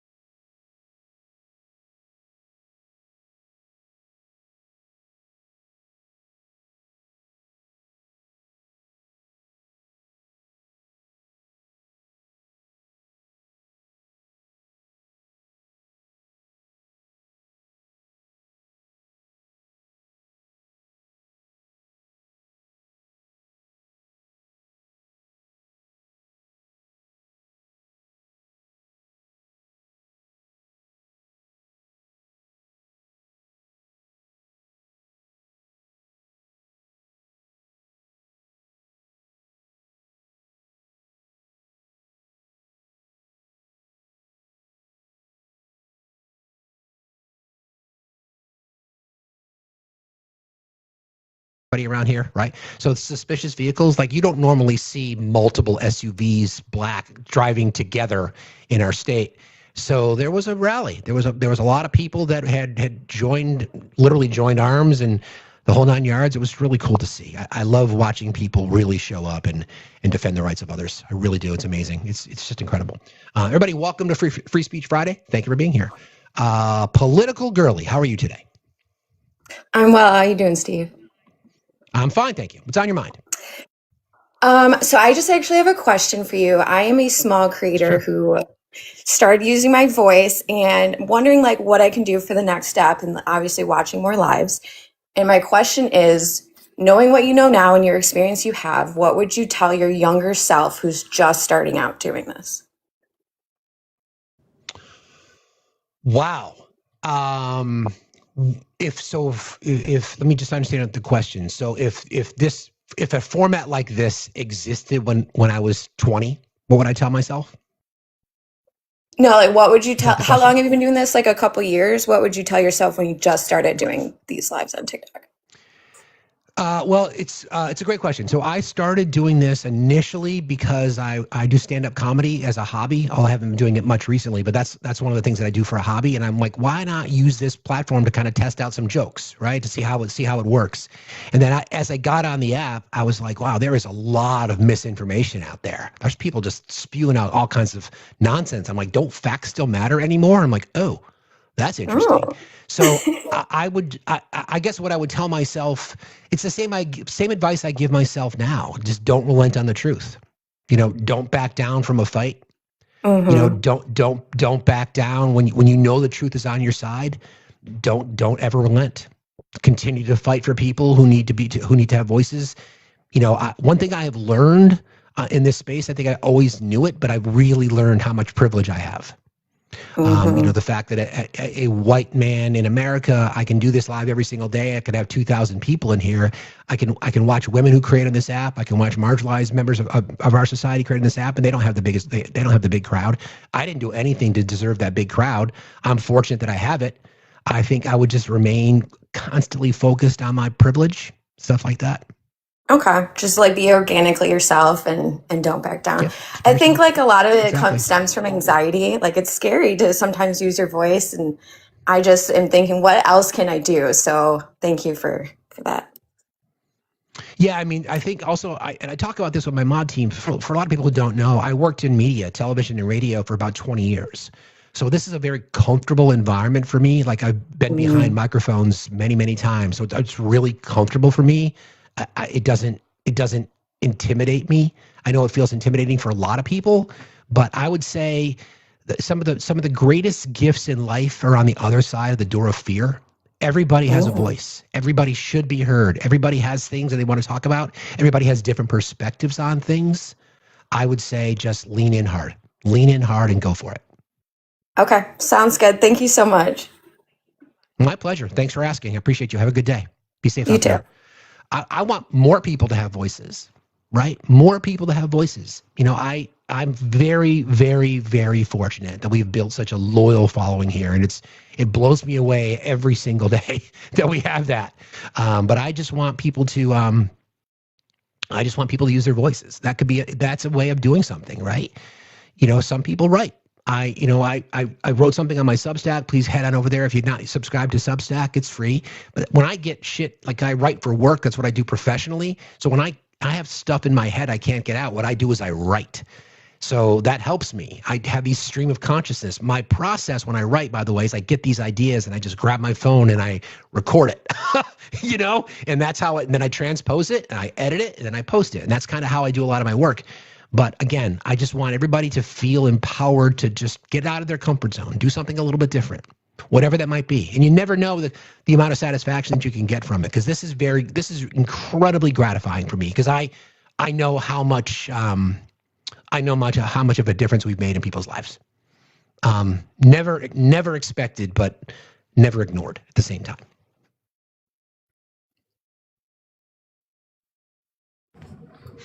Thick and Nugget, how are you today?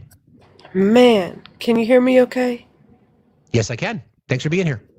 Thank you, my guy. I've been telling all the fellas that I come across, that are white folk, and I just want to let them know, man, I love you like the crispy bits on a corn dog stick. You feel me? And I'm just so tired, my guy. I'm just absorbing all of this and watching the people around me. I spend 99% of my time alone in my truck, with nothing but what's on my mind and time. You feel me? And I do. we just recently moved into a neighborhood in North Akron, Ohio, and I I'm kind of feuding with my sister, who 10 years ago was kind of doing the same thing we're doing, staying informed and trying to get people to get out there and vote. And sorry, my voice is a little shaky. I get a little nervous. I'm just scared, man, because they just moved into a house in a more suburban side of town, right? So like their previous residence might have been like a John Brown. You feel me? But at my house, I do. it's like a Julio Ramirez, and I fear for my family's safety. I fear for my neighbors, and it's just taking a toll on me that I cannot put into words. And I'm trying so hard, and I just really appreciate you. I just really appreciate you and the work that you Thanks. and many others do. And I'm grieving something serious for people that I don't know, but people, this has hit so close to my community with Renee Good, you know, um, I do. and Keith Porter too. Like this, it's insane. And I just want I want everybody to know that you're not alone, and everybody is afraid, but we have got to use our voices because it's seeming like that's the only thing that we can do. And so, like I said, I love you, Mr. Steve, and I hope that you're staying warm and you're doing the good work, and you're beautiful. Look at you, look at your bearded. You're just beautiful, man. Thank you, thank you, thank you. Thank you, friend. I appreciate you. Have a good day. Be safe out there. Thanks a lot. Alrighty. Authenticity, right? Thank you for saying that. I appreciate that. We all feel it, right? We all feel it. We're all in this together. I just want to just go back one other thing. I think people have this perception as a creator, especially in this space, that you're going to get everything right all the time, or that you're going to screw up in the way you say something, or you might mispronounce a word. Okay. Just get over it. Again, that is true authenticity. Just be yourself, right? Just absolutely be yourself. Just be authentic. Be willing to accept your own faults, because that's what we want. We all have them. I mean, it's like we want people to be transparent. Like we said this yesterday. We talked about this before. Like, why do we expect our politicians to be better than we are? Why do we hold them to different standards? Why do we hold anybody to different standards than we would hold ourselves, right? So just be honest, right? Just be honest. Just be honest with yourself, and it comes out. It comes out. That's why people, I think I've been very fortunate to have a lot of really good and positive influences in my life from workers, from friends, my mom, etc. And I always appreciated their authenticity. It was never about what they said I should do. It's what they thought I should do and then supported me or corrected me. Be willing to make mistakes. Be willing to be honest. Be willing to admit you're wrong. Men in general have a really hard time apologizing. I'm sorry, what I said triggered you. Or no, I'm sorry you got triggered by what I said. That's not an apology. That would just be like blaming somebody else. Just be fucking honest, man. Just fucking own it. Just own your shit. If you make a mistake, then own it. If you said something wrong, then own it. Realize you've made mistakes in your past and move on from it. Don't beat yourself up over it. Just be honest and just do better the next time, right? Just fucking do better. It's not a lot to ask, is it? Not really. I don't think it is. Maybe I'm naive, but I don't think it's that difficult, to be honest. Everett, how are you today? Hello. Hello. Hey. Hi, Everett. Hi. How are you? Fine, thank you. What's on your mind? I just wanted to say, been following you for a long time. Love what you do. Thanks. I'm a fellow cishet, able-bodied white man who's never known poverty, that is on the lifelong journey of deconstruction. And I wanted to say thanks. And with regards to like the strike today, I want to remind everyone. I have a saying that I like to throw out, which is that America first is America alone, and America alone is a company town. So we all need to realize that if the only result of isolationism is exploitation, and so I know it's hard, and I know everyone wants to, be able to just go get a pizza on Friday night, make things easy for dinner. But if you can't make that sacrifice, you're not doing enough of the work.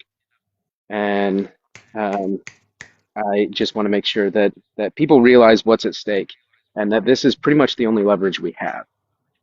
So it is. Let me ask you a question. So what have you as you've gone on your deconstruction journey, and thank you for being honest about that, what have you learned about yourself during that journey? So what I learned is that mostly that I didn't actually have a proper understanding of what privilege actually meant growing up. The idea that privilege is not, a lot of people think privilege is that things come easy to you, but really what it is there's not a roadblock because of something. Correct. I don't have the same hurdles to jump over. But what's crazy is that I didn't know until deconstructing is just how blind I was to things like the fact that, yeah, dress codes might be racist because they say, you have to have proper hairstyles and everything like that. But someone pointed out to me just late last year, that the amount of time it takes a child with more ethnically influenced hair, thicker hair, curly hair, spends 2 hours doing hair just so they can be in compliance with the dress code. We are literally taking 2 hours out of a child's life because they are a person of color. Like, and just that kind of blind spot, I did not realize I had. I thought I was much more aware, and just listening to particularly people of color, women of color, people with disabilities. It's okay to say black women, and it's okay to say black women or brown women. It's okay to say that. You can say that. Yeah, I mean, black women have been on the right side of history for most of America's history. So, but yeah, that deconstruction, and knowing that it's a lifelong journey has really helped. That's good stuff, man. It's an ongoing battle. I mean, I hope that there's white men in the chat that are listening right now, right? And I know that that people who are a little, soft and their feelings are up in their feelings when they feel that they're told that they've had privilege and whatever it's talking about. And I've talked about this before. It's not about that it was, necessarily easier for you. You just did not have any of these hurdles put in front of you that marginalized communities do. And that is the ultimate essence of deconstruction. So thanks for sharing that, Everett. I really appreciate that. Keep working, man. Keep working. Quick, keep inspiring others. Before I drop, can I give you my general rules for how to act in allyship? And again, these are rules that I've kind of made for myself, and I'm happy to have any sort of feedback. But generally, as a cishet white man, I am, as a very privileged individual, I'm the guard. The marginalized communities I'm trying to help, they're the quarterbacks. I am not supposed to center myself. When I'm told that I am not immune to bias, don't take it personally. It's just, you're not. It's a lived experience I literally cannot have. So, and my job is to create safety and to act as backup when ists and phobes start to be dismissive.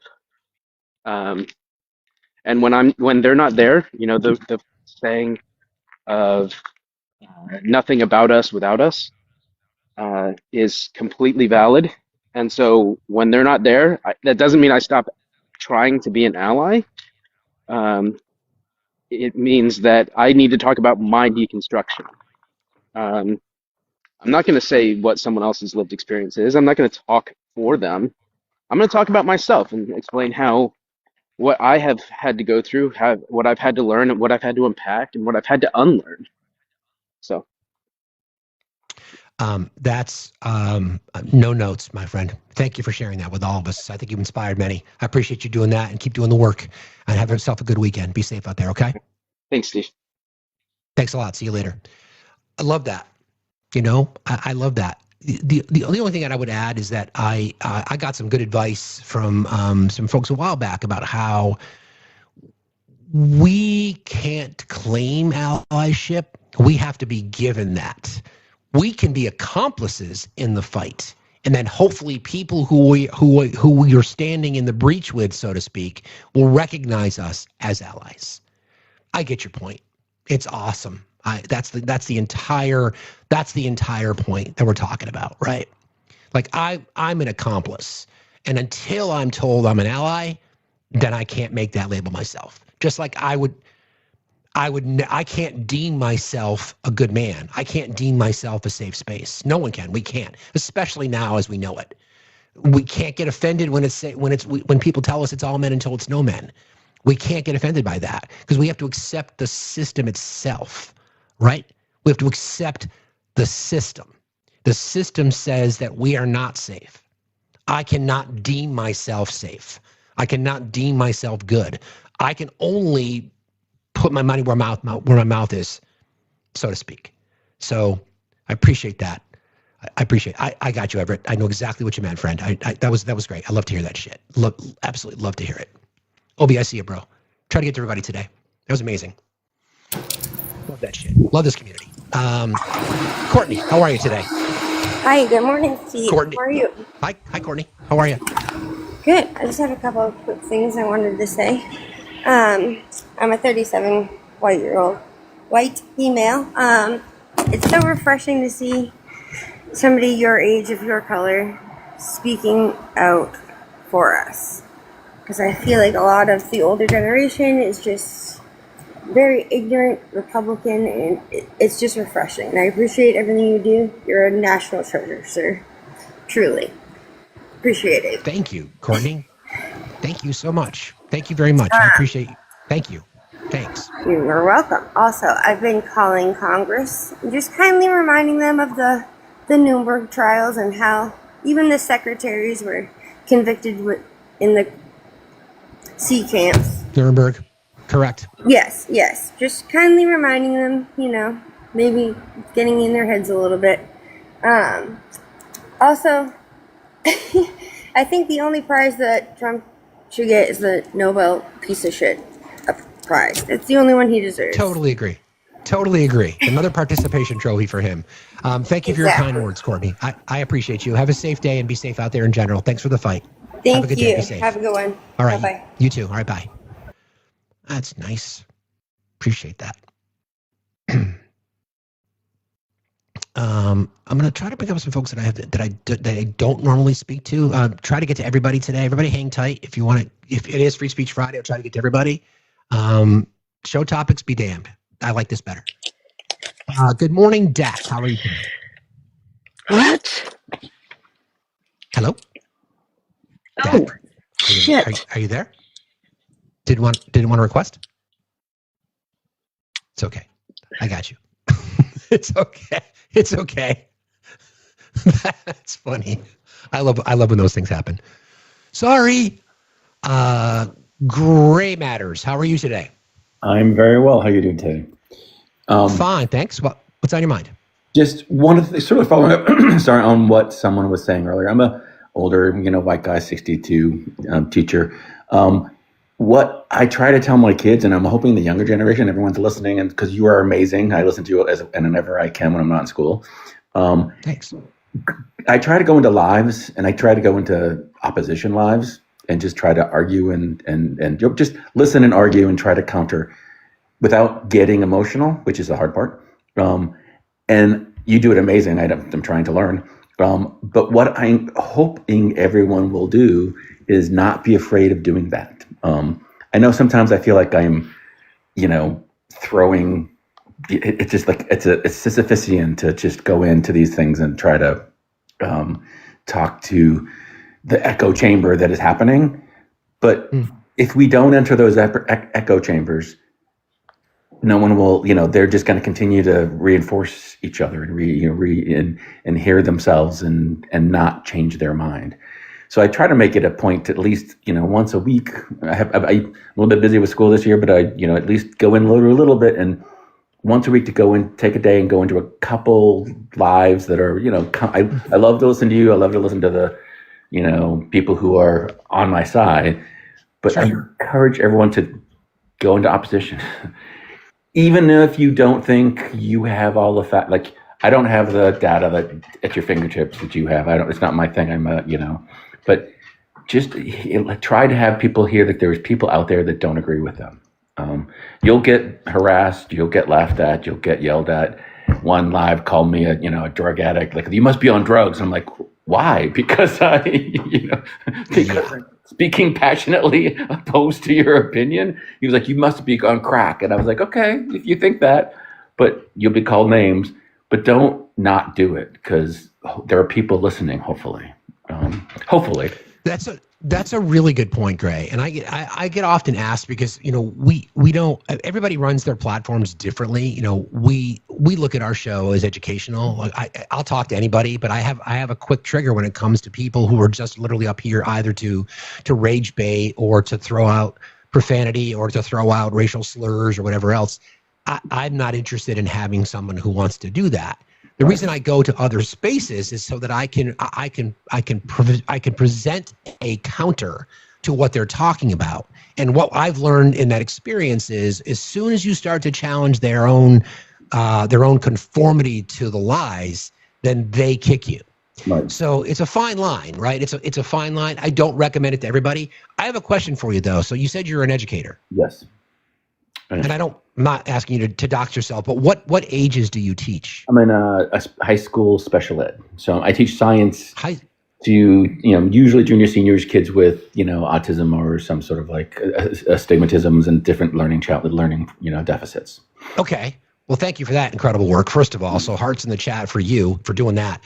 How long have you been teaching for? I actually, during COVID, I switched. It's only been 5-6 years. It's been, I was running gyms. I was doing private stuff. And during COVID, I started helping a school, and I really loved it. And I ended up, I'm back in school myself to get my, master's in education, and just at this late date switching. So that's fabulous. That was the reason I pried. Thank you for being transparent about that. But we talk about red pilling a lot, Gray, and I'm just wondering if you've seen that either on the rise, because it started prior to 2020, so you may not have seen the evolution of it. Do you know what I'm talking about when I talk about red pilling? No, I was going to say define red pilling for me. So red pilling is connected to the manosphere, and they talk about, so think about people like Andrew Tate, people like Charlie Kirk, and people like Ben Shapiro, and they've categorized it as red pilling, meaning that we're going to go out and we're going to speak to young men, and we're going to tell them the conservative way. And we're going to tell them why it's necessary to be alpha, and why it's important to tell them that you matter more than your wife or your girlfriend or your partner. Right.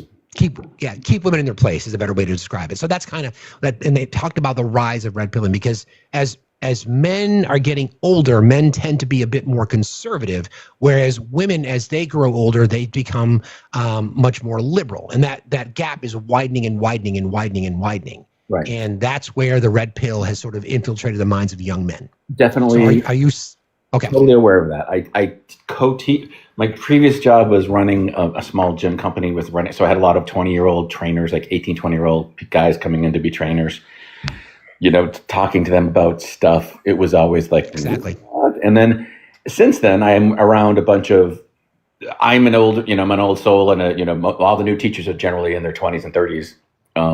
And I'm in my 60s, so I'm around these kids who are on the younger, and it's really strange in the education. Like if you're a woman in education or a man, you're sort of, most of the time there are a few that are on the right, but mostly liberal and open and progressive. But their spouses, when you go to events and things, and I have a really wonderful friend, and I love him. I love him too. Her spouse is just an ex-Marine, very amazing man, totally great, but in his early 20s, but just on the Joe Rogan speaks the truth. You don't understand. Andrew Tate, I will say doesn't like Andrew Tate, but there's a certain amount of and when we have conversations about what Joe Rogan, like how he's not presenting facts, and he's also sometimes just presenting people, and he's not challenging them. I argue why it's not a really great platform to take your news from. Correct. He just doesn't buy it. He just doesn't. He's like, no, you're obviously not listening to him properly. And I'm like, I'm trying to listen to him. I honestly have stopped listening to him properly. That's weird. Yeah, you're not listening to him properly. You're not allowing yourself to be indoctrinated. Is what he's trying to say. Yeah. Well, what's so frustrating is he's such an amazing guy, great person, but yet totally into the other side. And my whole family, my family is the other two. My family is very conservative in MAGA, so we walk a fine. I'm always walking the fine line of chatting about that stuff. I get it. Well, thank you for what you do for work, and thank you for that. I tend to, whenever I get a chance to speak to educators, I always ask them if they're seeing it, and for the most part, overwhelmingly so. Yes. The teachers that I speak to are like, "Oh yeah, totally. We are absolutely seeing the rise." Yeah. So we've got to fight. So this is again for boy moms and boy dads out there. You really got to be paying attention to your kids. Especially, I am really again. I always will worry about young people in general, but young boys are being red-pilled at a rapid rate, and your parenting chops are going to be really tested for the next decade or so. So everybody buckle up. Thanks for jumping in, Gray. I appreciate you very much for being here. Appreciate you. Bye. Have a good day. Be safe out there. It's really, really critical, right? It's really critical. All these things that we're talking about, right? How we want to move society forward. Well, it's going to be difficult to do that if the next generation has already been red-pilled. And like I've talked about to you guys before, the conservative right, the Christian nationalist right, have been playing the long game. They are invested. They've been doing this for a while. Turning Point didn't start yesterday. This has been going on for a long time. PragerU curriculum. Why do you think they're going after the public education system? You ever thought that through? It's not because they feel like there's waste, fraud, and abuse. They want to control the narrative. They don't want people to be liberal. They don't want people to be smart. They don't want people to be informed. They don't want people to know what history is. They don't want to know. They want to know about Black Wall Street. They don't want to know about the plight of the native tribes, the indigenous tribes. They want to erase history. J.D. Vance, no longer do you have to apologize for being white. The fuck you don't. So that's why we had to pay attention. Speaking of somebody who's always been paying attention, one of my dearest friends. Good day to you, sir. How are you today? Hello there, and greetings and salutations. Yes. So 3 very specific things.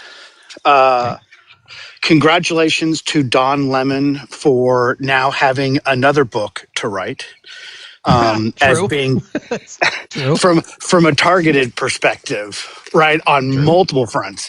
So tip of the hat to Don. Capitalism is still your friend, my friend, and I can't wait to see what you write about this. I want to talk really quickly about the strike. You and I have these conversations, and I come up and I say the same thing every single time. Yep. I cannot, as a pro-labor, as a pro-organized labor individual, come up and not kindly remind people. When you talk about the strike, be careful what you say and how you say it. Your privilege is showing. The gig economy is a path to poverty. Those people can't afford not to go out and eat. Some of them live in shared residence where they don't have a kitchen. So please be careful. If you think, good advice. If you think that a strike hurts the corporations, just a gentle reminder, I'm pretty good at math and I can prove to you how wrong you are. When you do a strike like this, the only people that you're hurting are the people that work on an hourly rate. Those are the people that are expected to eat at $15 a day per our agricultural secretary. Remember, everyone, we talked about that last week. Oh yeah. So $15 a day. Yeah. So do think about these things before you say them out loud, because it's really disheartening to no, let me finish, please. It's really disheartening to hear people but not remember who they're actually hurting. I get that you want to go after Amazon. I get that you want to go after Microsoft. I get that you want to go after McDonald's, Burger King, Wendy's et al. Because they're owned by private investment firms, right? You're not going to hurt them by taking money and food off of the plates and out of the pockets of the American worker. This has been proven time and time again since the 80s.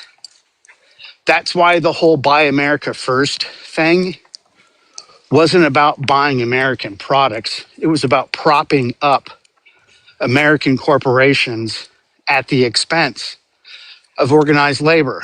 And what we saw statistically has been a rather surgical strike at all organized labor since 1979, since Ronald Reagan first uttered Buy America First.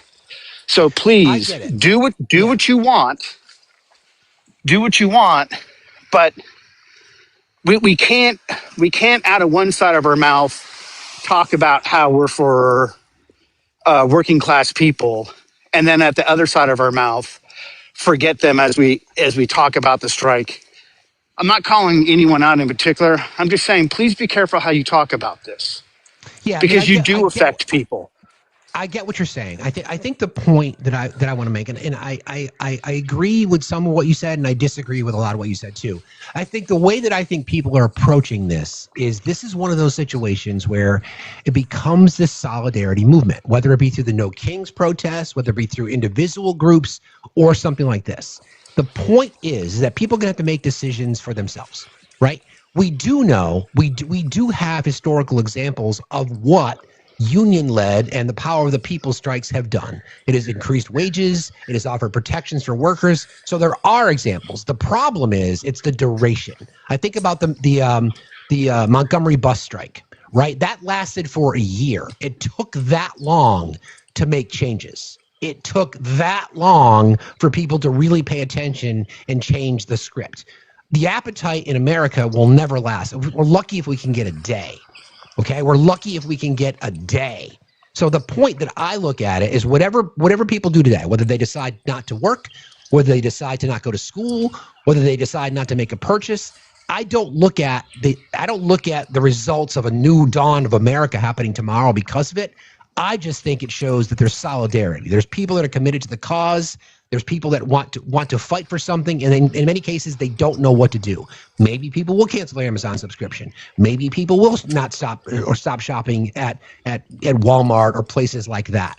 I think the hope for me, at least, is that people will really be aware of what's happening more. Your point is valid, sure, because the people that are going to get harmed are the ones that an employer may not appreciate the fact that they took a day off, they might lose their job. I get that, but that's part of the point.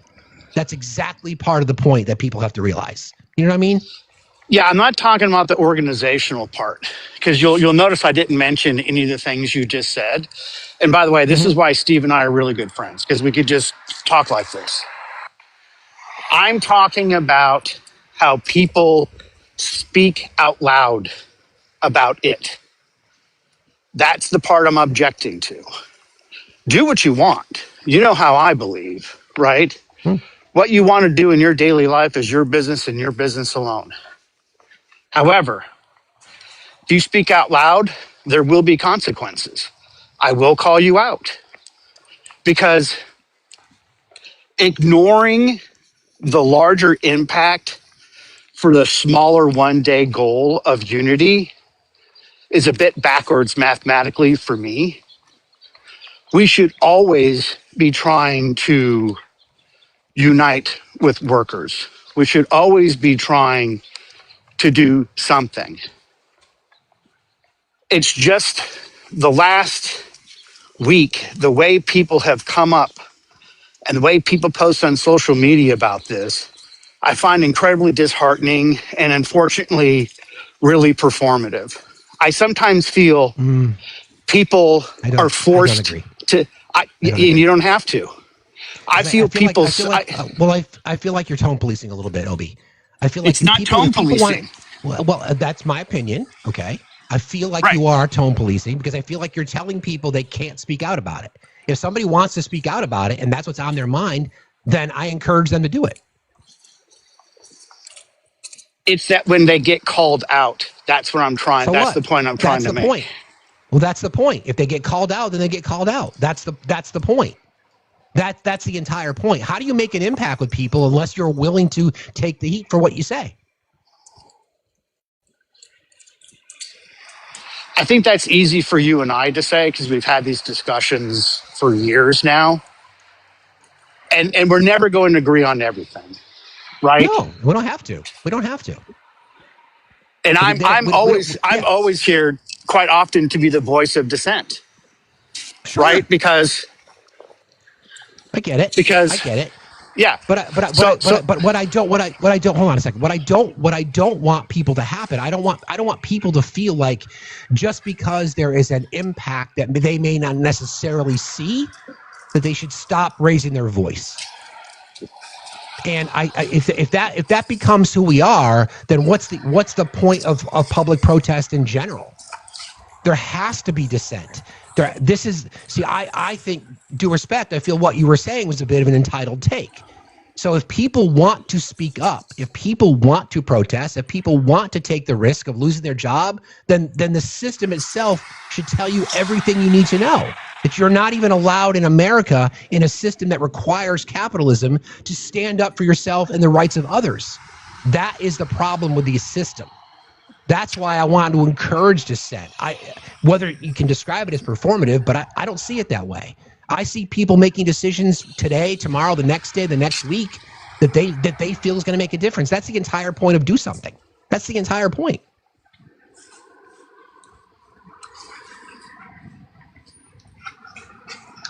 I don't see it that way at all. And again, this is what's healthy about having adult relationships.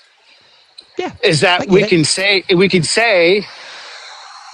what we believe the facts are on the ground versus the visceral, emotional, sometimes performative responses, right?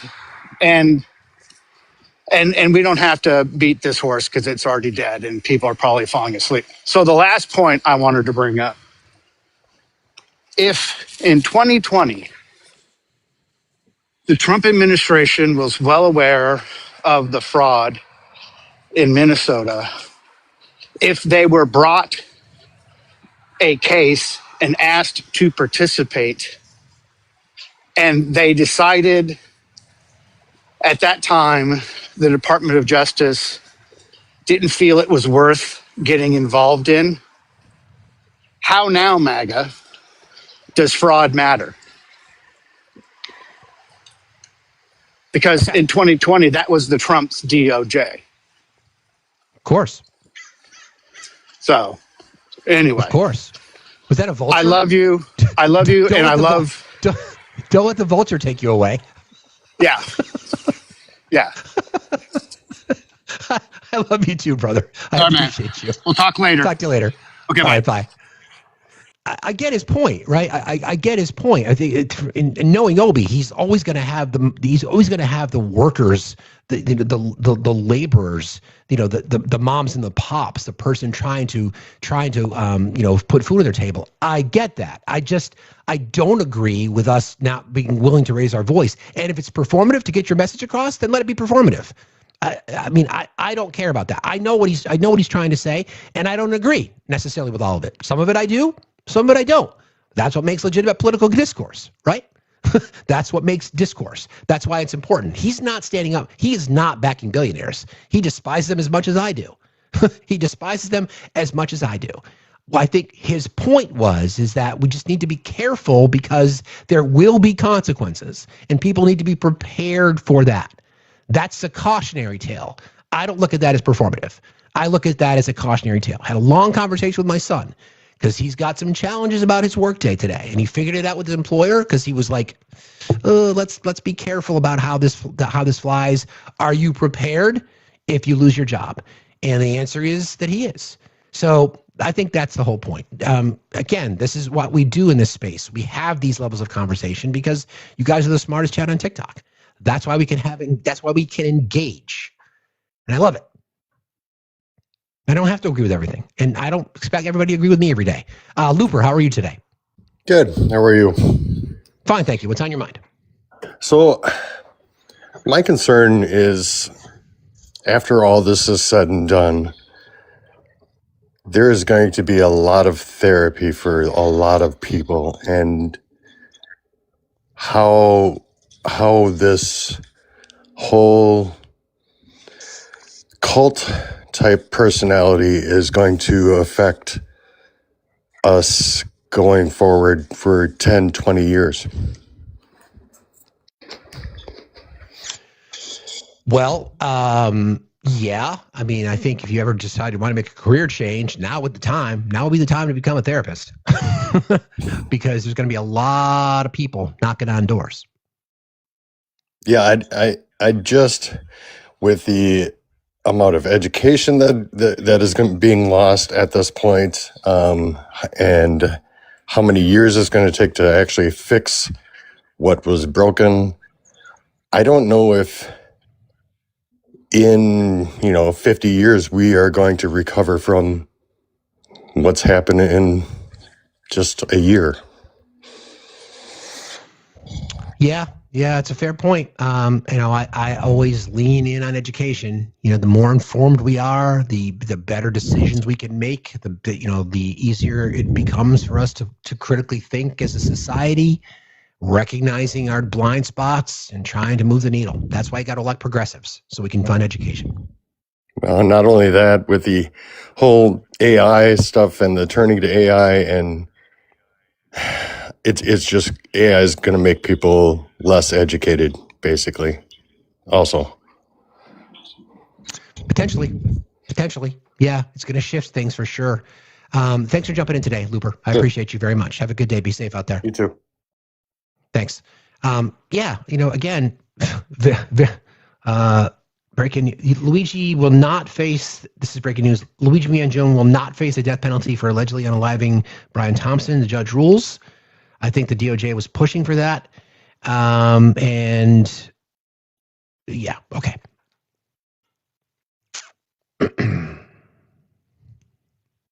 Say goodbye to free speech. Why would we say goodbye to free speech? Red Flower, how are you today? Good morning, Steve. I just started listening to you probably 2 to 3 weeks ago, and I am absolutely loving your platform. I am a 61-year-old Black woman, and the work that you do to support and help the marginalized community is beautiful. I have to give you your flowers now because you are doing the damn work. And I love it. I love it. I love it. I just wanted to say that all the people that come up on your platform that I've heard so far this morning have been, I don't know how to put it, they've made me feel good. For lack of better words, they've made me feel a tremendous amount of happiness that there are people out there willing to fight for all of the marginalized communities. I mean, all of them, not just Black women, but all of them.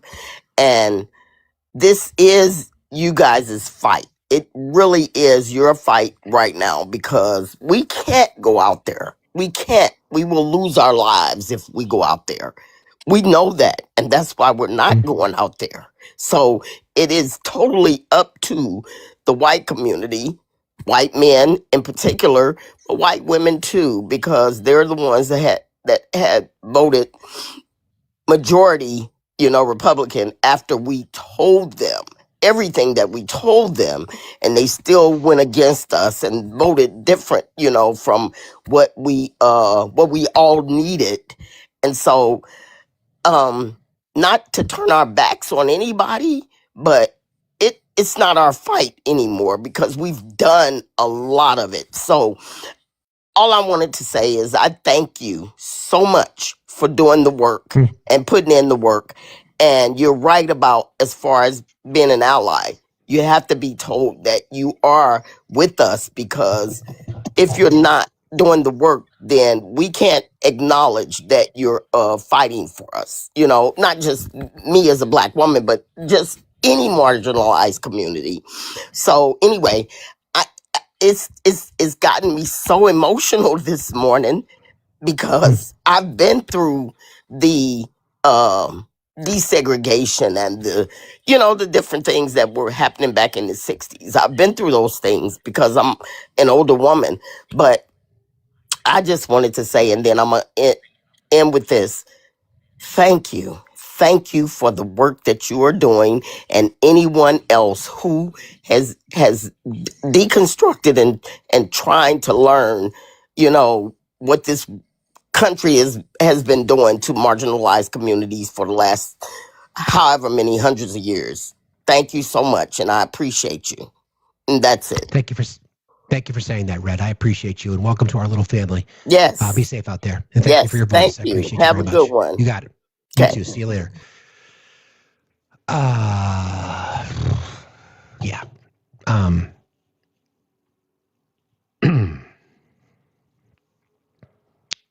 That means a lot to me. It really does. It's never lost on me. I got to tell you, it means a lot. Thank you.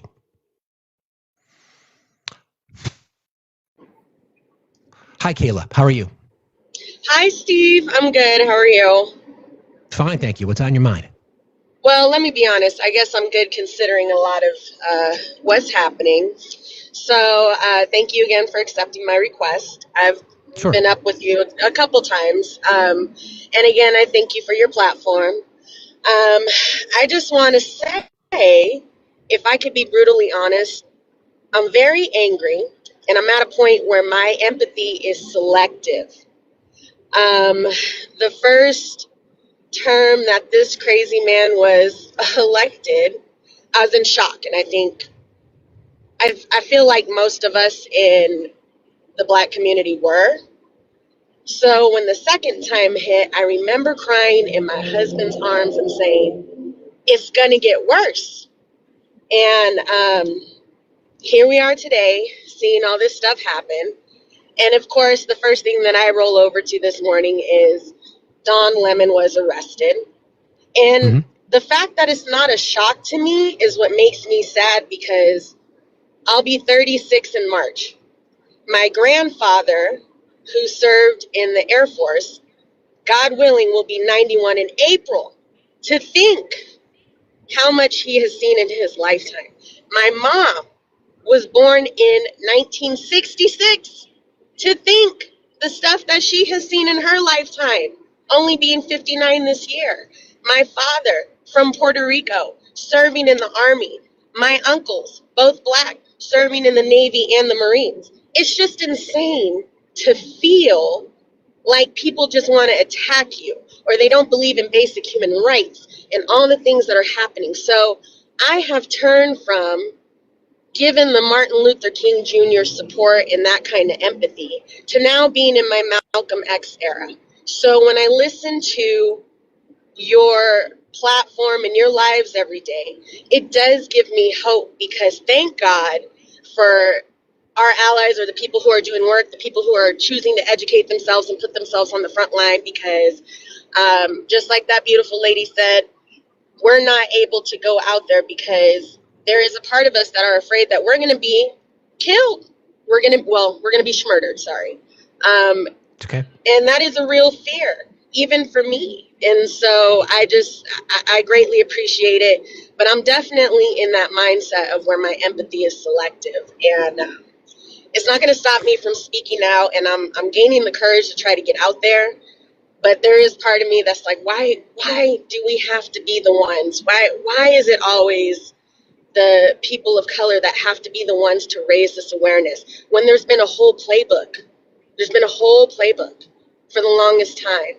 And so that's just where I'm sitting at. But I just so appreciate your lives for the education. I listen every day. I support, and I support everybody. And please don't mistake this as, permanent hate in my heart. I'm just I'm at a point where there's just a lot of things that I just don't trust right now. And that includes people. I mean, I'm looking at everybody sideways at this point, so, but, Kayla, I get it. You don't need to explain it. I totally get it. And that's the struggle for us empaths, right? Because we just generally, we're wired to be empathetic towards people. Like I was thinking about, we did a story earlier this week. We talked about, because Donald Trump went to Iowa to talk to farmers, mocking them while literally causing their business, their family farms to go bankrupt like twice.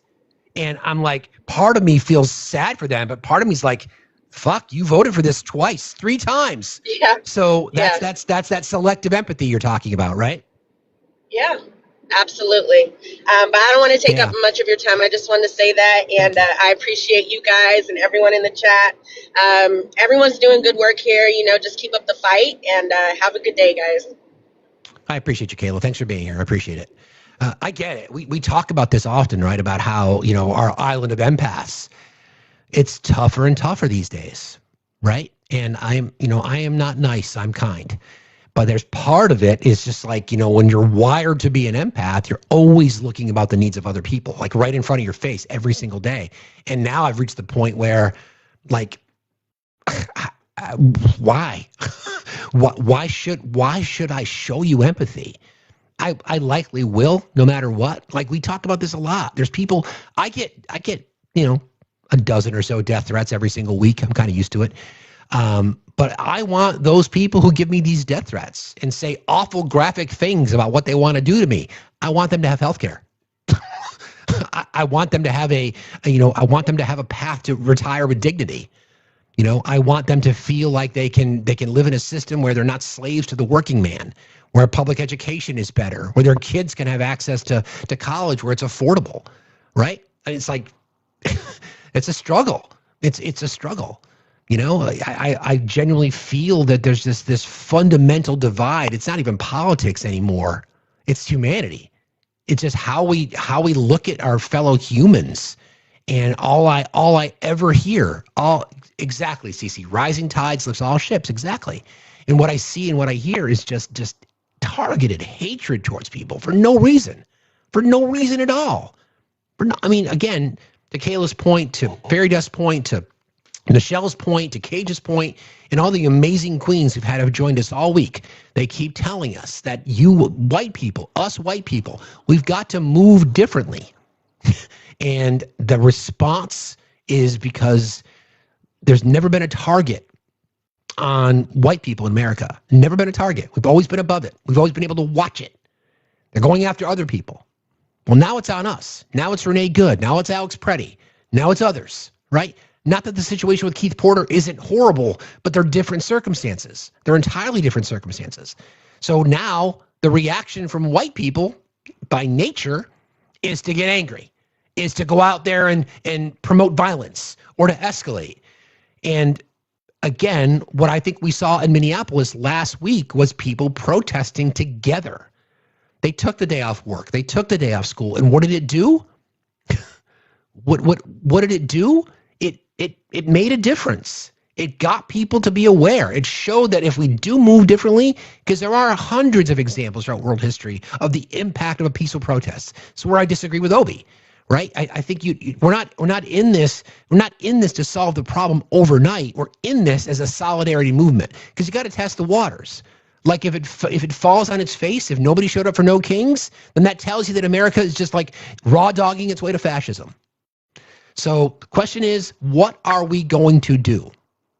And I firmly believe it is rooted in the do something spirit.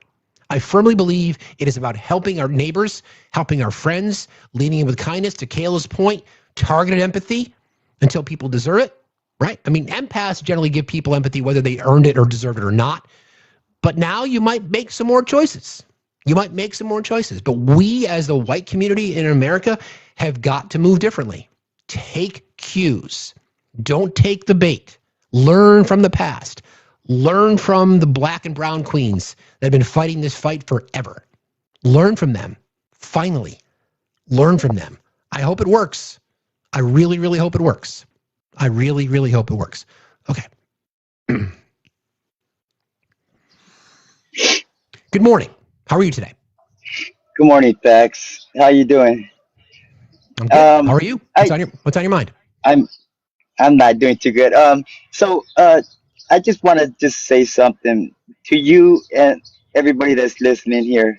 Um, I am a big MAGA fan. I'm MAGA, and my uncle, he came down from another state. I'm not gonna get too much into that, but he's in a wheelchair. He lost his two legs fighting in the war, and he he came in to Phoenix, and he got all the family together, and we all sat there, and he started talking to us about what's going on. And he sat there in that chair, and he says, "Don't you guys understand that I lost my legs so you guys can have freedom? Why are you guys involved with this with this man that is taking away your freedoms? My friends died so you could vote. You guys all have to vote and and protect your rights, your constitution. That's why I lost my legs, so you guys can be free." He had all of us crying. I I understand now all the all the rights that he's trying to take from us. And as soon as I can, I'm changing everything about this profile of mine. Um, I changed it within 5 days, and it says I can't take it and change it, but I will change this Trump forever bullshit that I have on this profile of mine. I mean, it's just to the point where you guys have to understand people died for us to, you know, protest, peaceful protest, and vote for the good things. It just and so many people died for our freedom, and he's trying to take that from us. I see it now. I see it. So I just want to say, everybody vote. Okay, everybody vote Democrat. Thank you for letting me talk. Well, hang on a second. I'm not going to let you leave just yet. You said you started this by saying you're still hardcore MAGA. So what has changed, though? How he's trying to get the reporters not to report on things that we all need to see. Well, I know what he's done, but what I'm asking you is, you said you're hardcore MAGA. Are you no longer hardcore MAGA? Or are you still hardcore MAGA? I denounce MAGA. I denounce it. I am no longer MAGA. I'm out. I'm out of this regime that just keeps taking and taking and never giving anything back to the people. I'm done. I'm so done. So why was it? I'm just curious about what it was. Why was this particular moment? Was it your uncle, the conversation you had with your uncle? Was that the final moment? It was my uncle making me see that him and his friends, everybody that fought in the war, they gave up something. So hang on a second. So I've got a little bit of my spider sense is going off, because you said that you were a big MAGA fan. You said I am a big MAGA fan is what you said. So is that because I can only go by what you said. You said I am a big MAGA fan. Was that a misspeak, or yes, are you not? I meant to say I was a MAGA fan. Okay. And that just all changed yesterday. Okay. And it's I seen what he was talking about. He explained to me that, he's taking away rights from here. He's doing this, he's doing that, and he's right. everything that he was saying was right. You know, and us people that were MAGA, we just didn't want to believe it. We thought that everybody's lying, that the news is just all fake because of what we were believing, and all the stuff that we see on the internet. It's all wrong. It's all wrong. So I guess, and I appreciate that. Sometimes people's journey takes a lot longer than others, but I guess the question now for you is, you can't fix the past, right? You can't take your vote away. You can't, you can't correct some things that you've said. But the question is, what are you going to do from this point forward? Because in particular, because your vote and your support for MAGA, as you called it, has harmed people. You understand that, right? Yes, I do. I absolutely do. And you know how I'm going to fix this? You know how I'm going to fix this? I've surrounded myself with MAGA people. Okay. I can infiltrate. I'm going to go around and just start, talking about what he's done and what I feel, and share a little bit about trying to make them see that they're wrong, that they shouldn't be voting for somebody that just doesn't care. I mean, supporting that, something like that. I see that there's things that are so wrong, and we just I don't know. I can't understand how I got so lost. But I can see clear. I can see now how, just by talking to my uncle, he's just, let me give you a little bit where my head's at. Okay. So we've been and I'm just allow me to get this out.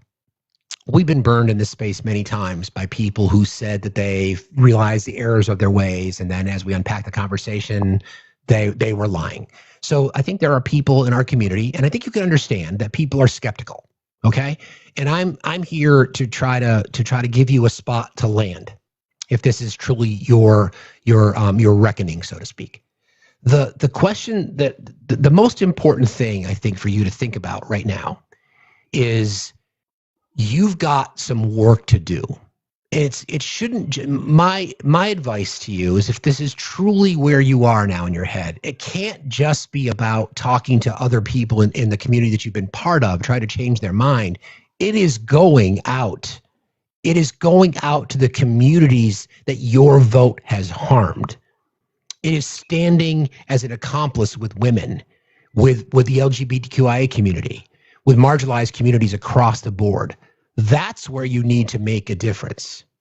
It's not just about going into the right-wing spaces and yelling at them because they're going to kick you to the curb. It's you spending more time in communities representing marginalized groups because your vote for them has hurt them. That's where you need to start your work, in my opinion. You're right. You're absolutely right.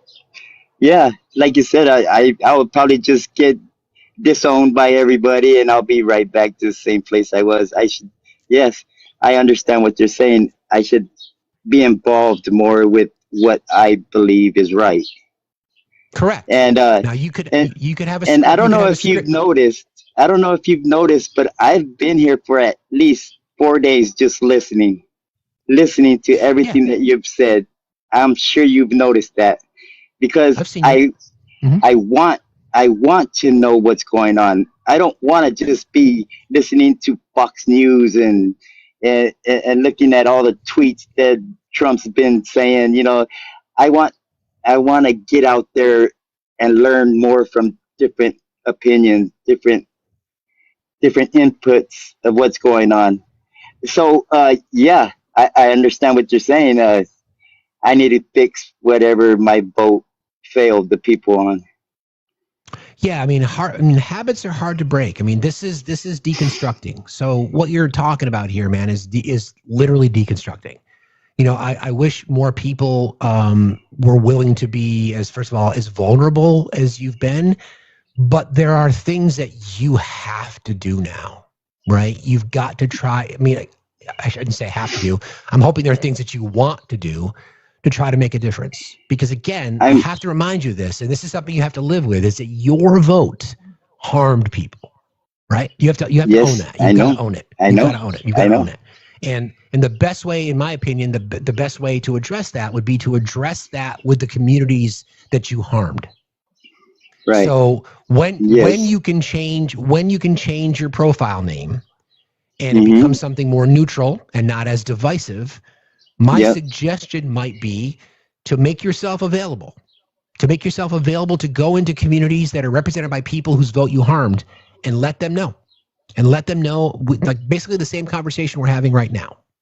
Sit in their spaces, listen and learn and understand that you've harmed these folks, right? And I don't want to sound like a broken record, but that's the work that you've got to do. That's what you got to do. That's when I have to start healing about my vote, because I feel so bad for my vote. My vote has taken people lives away from them. You know, it's I understand. I truly understand. It's just I want to ask you a favor real quick. I want to ask you a favor. And I was just thinking the same thing, AD. When you can change your name, your profile name, please come back. Because what I see, this is a community that embraces people who really want to do the work. That's what we've been able to do here. Yeah. And if you are committed to that, there are going to be people that are going to be skeptical. You have to understand that, right? There are going to be people that are skeptical. Of course. Okay. Yeah, I know. So and you can understand that, right? You can understand that. Yeah, of course I can, because my vote has done so much bad to people, and of course I'm gonna get some feedback and some anger and not really believing in what I'm saying, but I know that I have to face that, and I'm willing to face it, because you know what, what I did was wrong. I'm swallowing my pride, my ego. Fuck all that. It's just why are we gonna lose this country to someone like Trump, after everybody that's fought the war, that's died for us to be a people with rights and live by the Constitution? Why do we have to suffer the way we are? I just I just want to say, everybody, I'm so sorry for my vote. I apologize, and I'll do whatever I can to make it right, even if I get hated on. And I sit here, and I sit here with this fake profile. Like, why do I need a fake profile? You know, and you know why? Because I was doing something that my vote was hurting people. That's why I have this fake profile, because I don't want anybody to know what kind of person I was. You know, I see that now. I see it. Why do I have to have such a fake profile I'd rather not hide anymore. I'd rather be out there and let people know who I really am and what I'm fighting for. I appreciate that. I really do appreciate that. Thank you for being honest. When you're ready, and you're really ready to change, and if we can hold you to it, please reach out to our community. You can come back and join the live. We'll get you into our Discord. We'll show you what empathy looks like. We'll show you why it's not necessary to live in a world of hate. We'll show you why cruelty should not be the point. Yes. Yeah, I know. I've been listening to you for a while, so I'm gonna sit here and listen to some more, and thank you for letting me talk. Thank you, friend. I appreciate you. Good luck. You have a good day. Okay? All right. All right.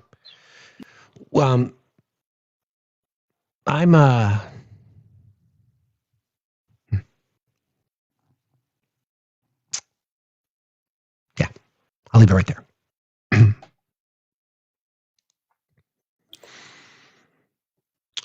Ooh, lost her.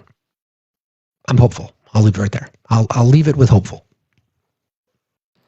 Again, skepticism is natural these days, but I'll leave it with hopeful. Jermaine, how are you today? Hey, what's going on? Not bad. How are you? Fine, thank you. What's on your mind? Yeah, I think there was a lot to unpack, but I want to just talk about the topic there. I think, not even I think, I think people need to truly understand what kind of time and crises that we're in right now. Like, we know that we have the Supreme Court, the Eighth Circuit, federal judges. This administration has defied the federal and the Eighth Circuit judges. These are two of the top judges of the land, of the country. They said no, they're not bringing up any charges, didn't approve of the arrest of Don Lemon. And this administration defied it anyway. Like, they're doing whatever they can.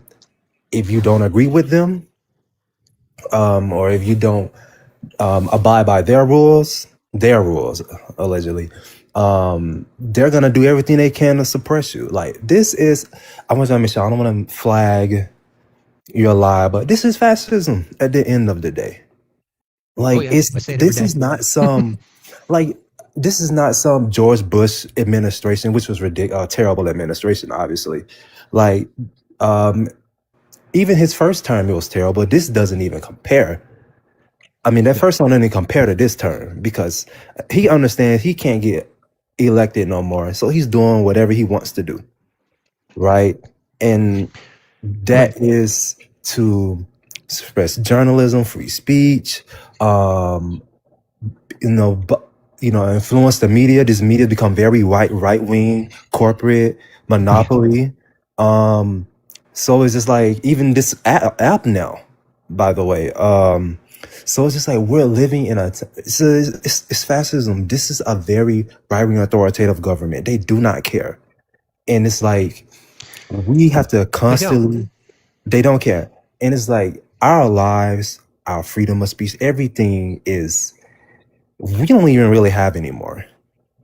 They're saying they don't care about the Constitution. They're explicitly, openly saying it. Like, you see how they twist the narratives of the Second Amendment. We had this conversation earlier about how they're intentionally breaking the law because there's no one to prosecute them. Right. Mm-hmm. That's part of it. Yeah. I appreciate that perspective, Jermaine. I think we're all in it, right? I think we have to stop talking about the rise of fascism. It's here. The question is, how will the people respond? And if there's enough of an appetite, especially for white America, to really get uncomfortable. But thanks for jumping in today. I appreciate you for being here. So thank you for your voice. You got it. See you later. Have a good day. I think that's, to me, that's again what this is about. Are we willing to be uncomfortable? Okay. I'm just going to play the PSA because I saw we did get a restriction, so I'll be right back. TikTok. It is our intention during these live broadcasts to only provide fact-based information to the absolute best of our ability. We strive to never spread misinformation or to platform those that do. Opinions of our guests or commenters are theirs and theirs alone and do not reflect those of the host. Hate speech is not allowed, and we are diligent about policing it. This platform is for educational purposes only. We now return you to our regularly scheduled pandemonium, already in progress.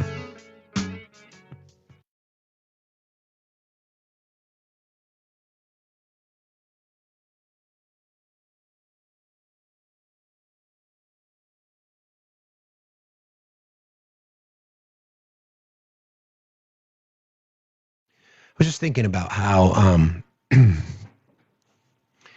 it is super easy for us to be skeptical, and we have a right to be skeptical. It's really, really easy to be skeptical, right? We know what we've heard for years. We know about the awful things that people with the red hat identity have said about others. We've all witnessed it. We've seen it every single day. So it's incredibly easy for us to be skeptical, right? And I've got a pretty good bullshit detector, right? So when we have opportunities when people truly do feel like they're in a spot and they're starting to see the errors of their ways. Are we better than they are if we're not at least willing to listen? Isn't that the point of empathy? Isn't that what empathy is supposed to be about? So I would just, it's okay to keep your,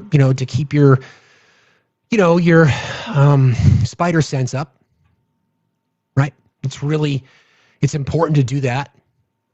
But we have to be willing to listen, right?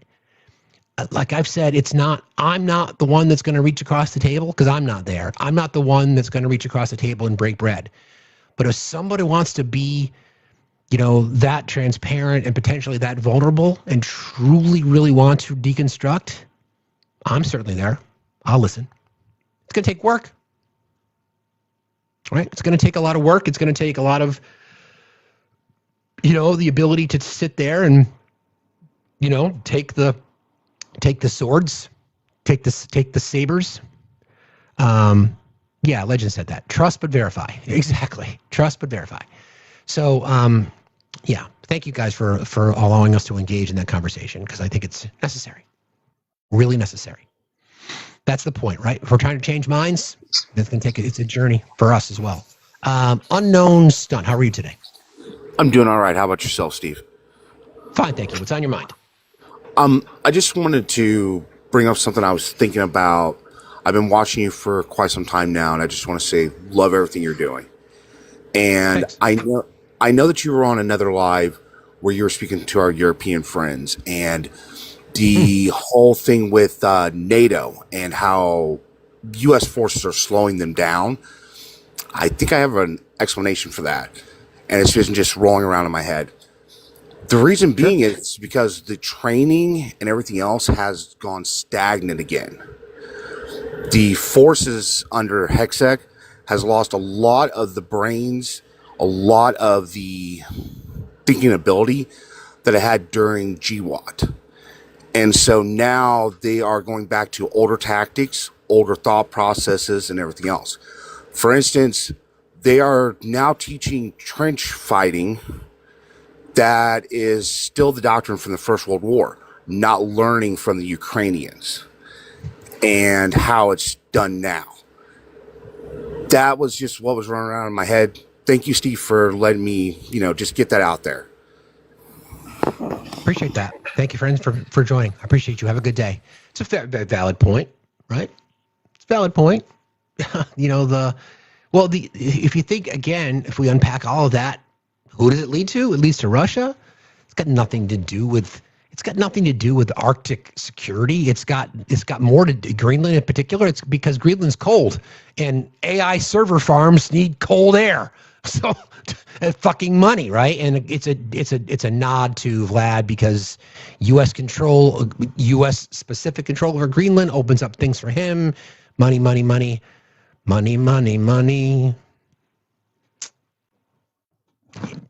Yeah, exactly. Donut, how are you today? Hi, I'm not too bad. I'm from the UK. I just wanted to say that we in Europe and the UK do support what's going on not what's going on with ICE.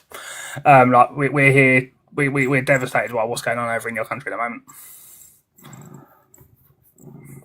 I'm sorry, I missed the last part there. I said we're absolutely devastated by what's going on in your country at the moment, regarding ICE and what's going on there.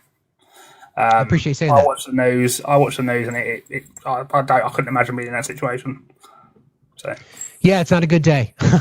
I appreciate you saying that, though. We're doing the best we can, and I apologize on behalf of our country.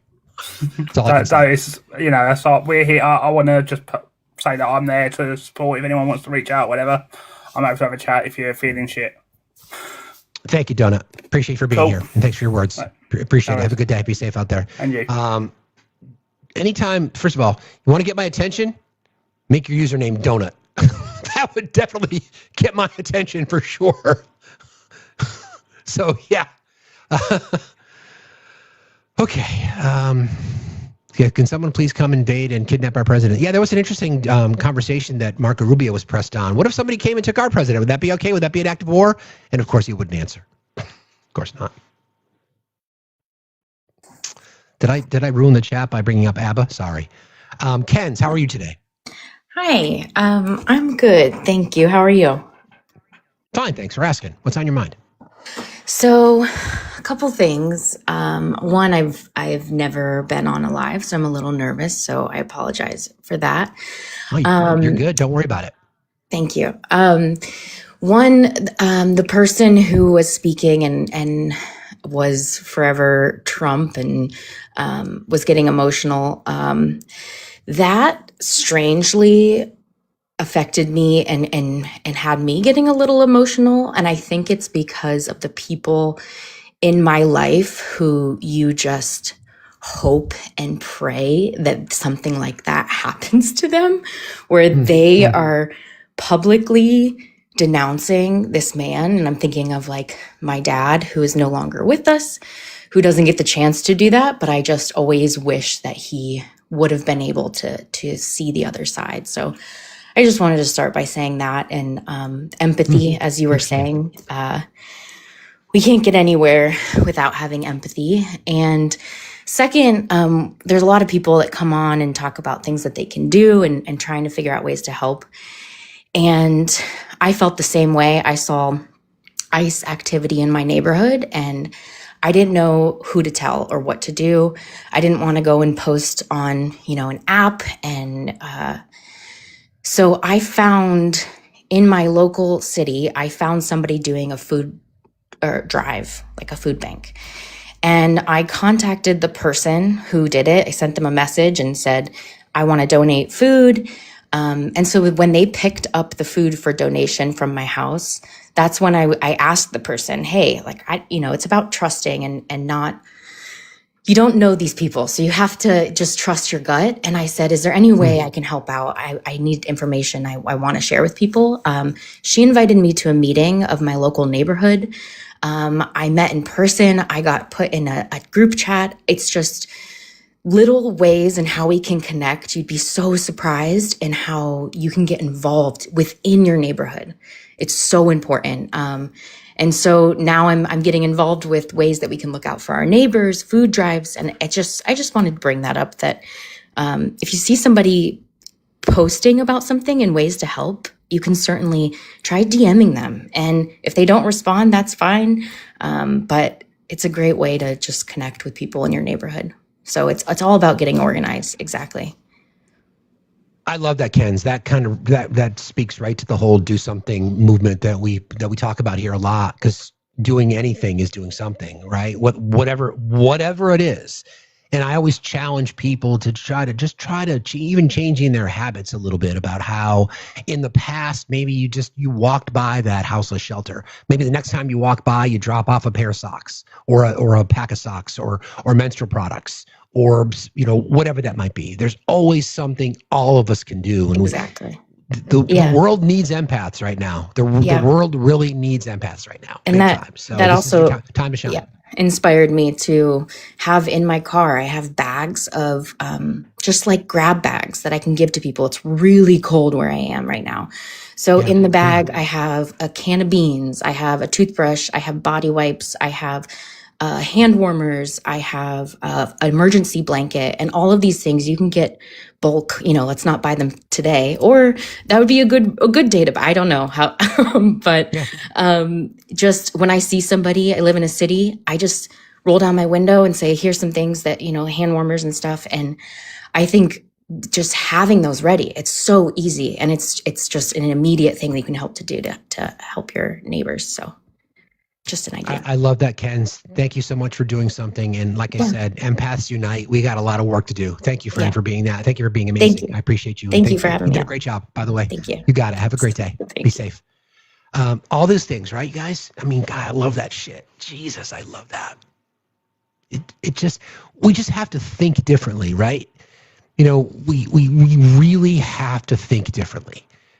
How do we, because one way or another, we're going to come out on the other side of this, right?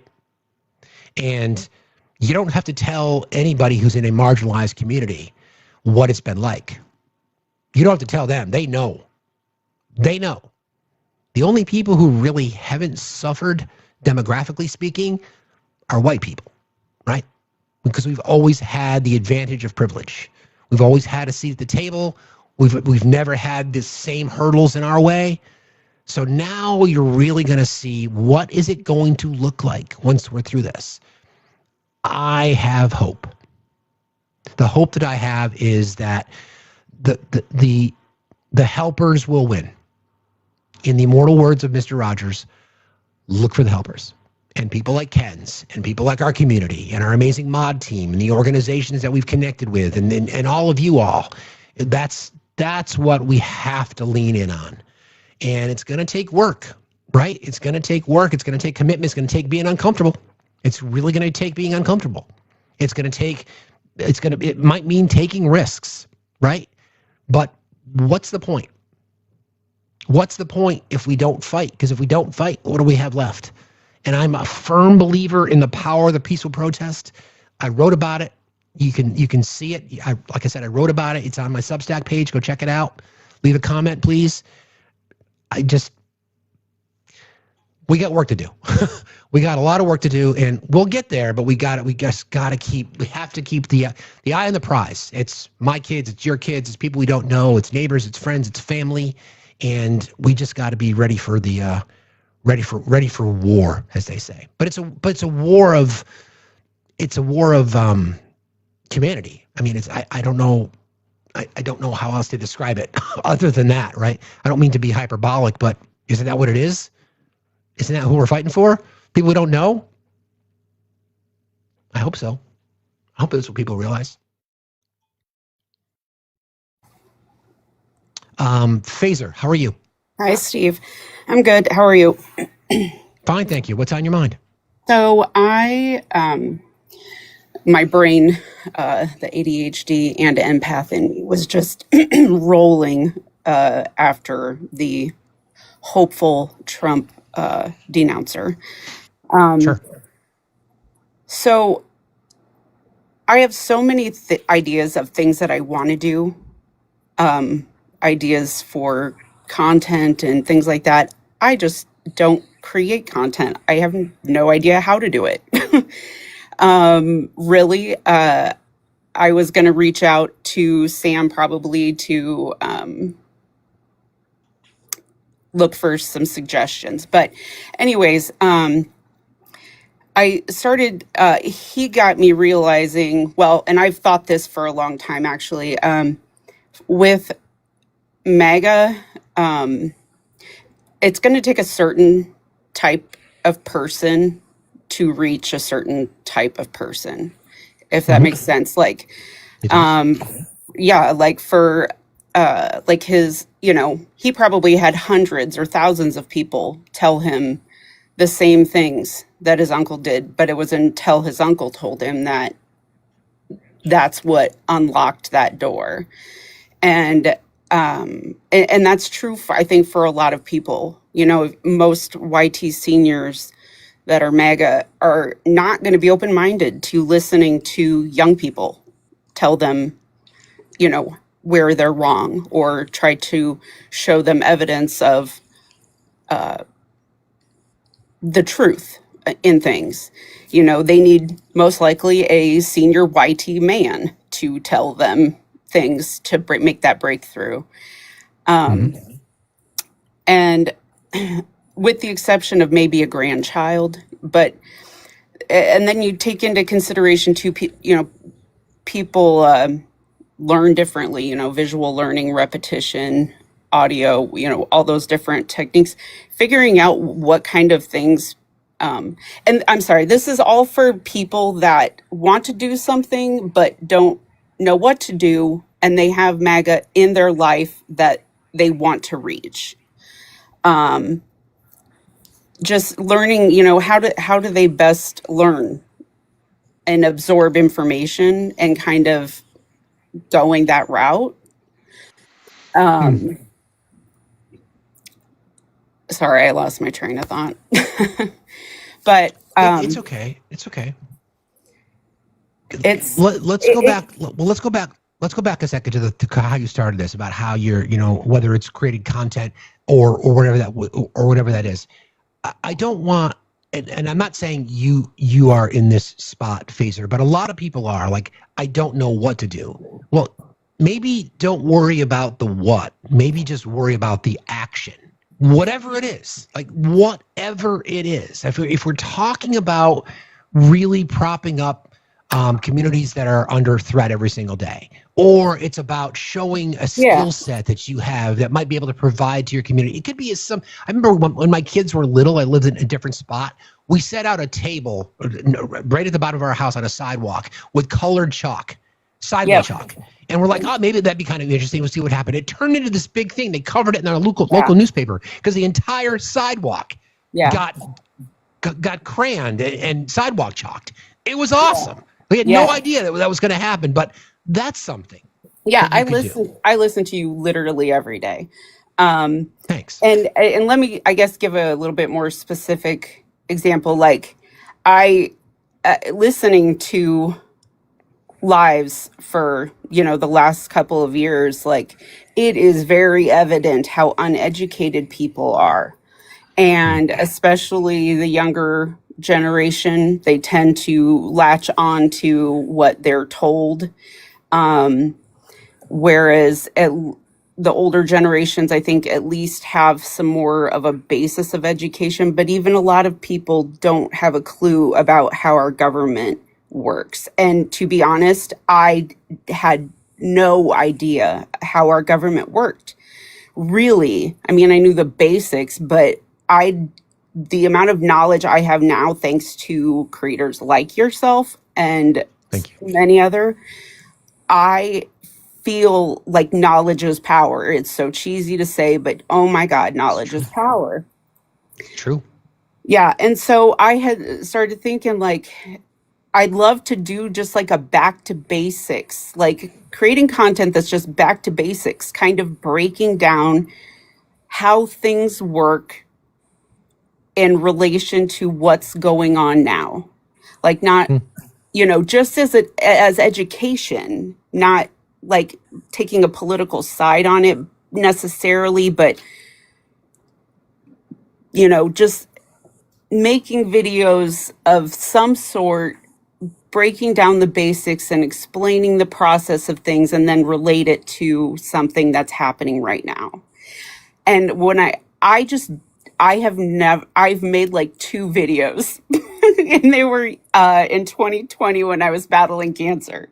So I just, if the amount of hours it would take me to learn to create these videos and whip things out at the rate that my brain is pumping out ideas, I can't, it would be a full-time job, and I have to work a full-time job.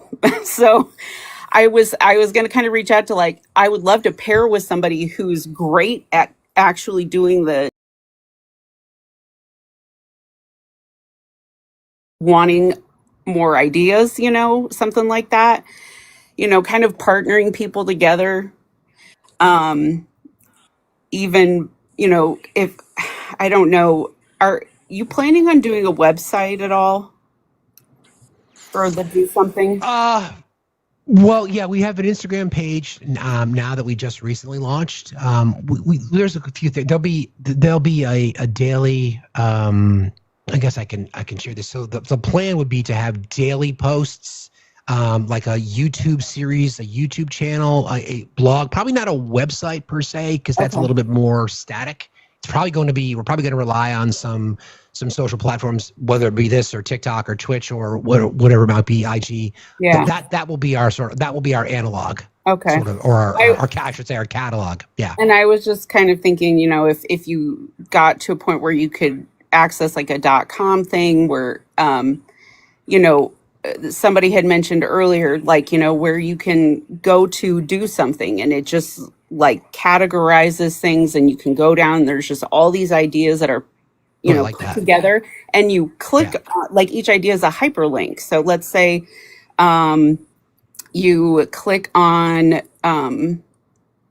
helping out with campaigns, and then it breaks down phone banking, door knocking, where you can click on that, and it will kind of give you a brief description of what that entails. And obviously, certain campaigns are going to be, campaigns are not all going to be the same, but they all kind of have a general rule, for what they do. And just kind of really breaking it down for people. And then, you even being able to like collab with people that are willing to reach MAGA, those specific groups that are only going to reach those specific people, where maybe they can do video bios or something, links on the, where they can say, "Hey, grandma, watch this." We have our Discord, and we've actually, that's probably going to be the spot where we'll do that. I really like that idea because it goes beyond the sort of the day to day, but just like an entire library of like the Do Something library, whatever those things mean, election oriented, community service oriented, donation oriented. I like that. I'm on your Discord and everything, and just my own personal Discord stresses me out. It can be a little overwhelming. It's so it can be overwhelming. Yeah. And I'm 45. Like, I'm not, I'm a fairly tech savvy person. But I think about like anybody over 60 being able to navigate Discord would be, you know what I mean? Like, could anybody over 65, 70, whatever, and that's a huge part of the demographic of MAGA. It is. And we're not necessarily always focused on MAGA for the Do Something tour, but it is a good point, Phaser. I've got a lot of folks that are requesting before we end it noon, so I just wanted to. No, it's okay. I wanted to thank you for that idea because it is a good one. I agree. We need to create something. But again, thanks for being here, and I appreciate your perspective on that. Thanks a lot. Appreciate you very much. Bye. Have a good day. Be safe out there. So look, it looks like we're not gonna. I don't want to carry that. I don't want to listen to Todd Blanche. But it does look like the Department of Justice is planning on releasing another 3 million pages today. Roughly speaking, of the Jeffrey files. I guess we'll see. I have my doubts, to be honest. We'll find out, though.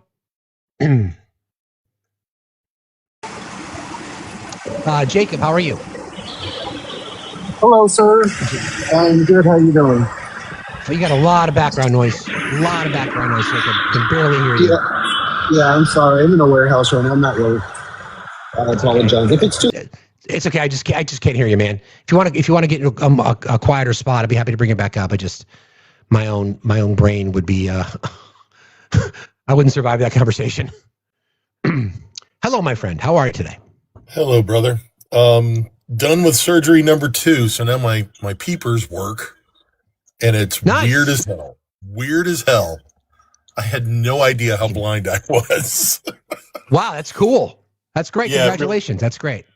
Really is. I have to do laser surgery in 3 months to kind of clean it out, but other than that, I'm good. Nice. Let's go. No kidding, man. Two quick things. Sure. To Phaser, I don't know if you're still listening. When you came up and you said you want to create content, but you don't know how.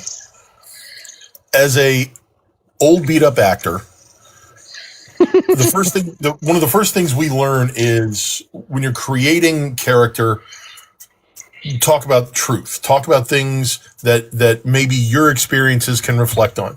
So, and while you're not acting necessarily, the same thing holds true here. If you want to create content, I heard her mention she's a cancer survivor. Talk about that in relation to what's going on. Great if she's a mother, talk about that in relation to what's going on. The one thing you are an expert in is yourself. Well said. Well, for some of us. For others, they wouldn't know themselves if they smacked themselves in the face.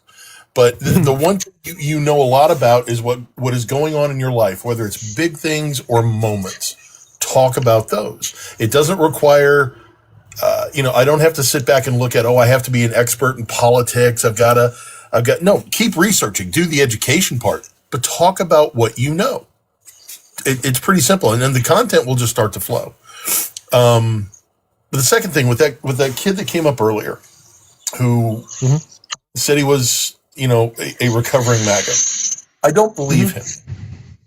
And I know your spidey senses were up. And here's the thing: if he's still listening, or anyone coming out of the MAGA fog, I will not believe you until you prove it. Talk is cheap. Talk is we're discussing that. Yeah. I think that's a general consensus. Like we're willing to listen, but you've got to show us that you're sincere. Well, right. In my opinion, you don't have to just show us. You've got to be on the front line. You've got to be the loudest.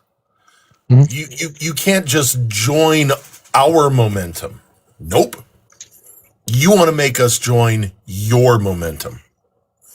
You have a lot to prove. You have a lot to prove. And if he's honest and sincere, hey man, I'm sorry you had the fog over your eyes. Too bad, so sad. You bought it. You fell for it. That's not your problem. It's all of our problem. Correct. And you've got an awful lot of making up to do. And I know I thought you were really good at how you questioned him, because we've all heard it where they come up and they say, "Oh, I'm leaving MAGA," and you question him a little bit, and he's not right wing crazy enough. Right. Yeah. Exactly. Or haha, I got you, you silly lib. Yeah.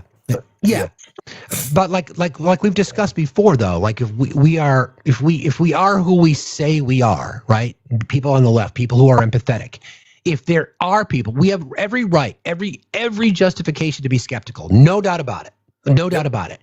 At the same time, if there are people who are trying to unpack, I think that, to your point, they've got to show us that they're willing to do the work, stand there. Isn't that what we want? Isn't that why people have these conversations with opposition, to try to break through, right? Well, the way I look at it is, I'm not going to rip the ladder up, but I'm not going to help you up. That's a good way to look at it. The ladder is there. That's a good way to look at it. You prove to me that what you're saying is sincere, and you've got a lot to prove. Yep, that's a fair way to look at it. Yeah. That's a fair way to look at it. Yeah. I appreciate that, dude. Congratulations on your surgery. That's good news. Thanks, pal. Seeing is awesome. Yeah, that's true. I got in the car last night, and I wasn't wearing my glasses. And it was just odd. It was just that's wild. Odd. Yeah, I mean, I have to wear reading glasses now, but just 45 plus years of crappy eyesight, and now it's fixed. Yeah, see, my eyes are fine. My arms are just getting shorter.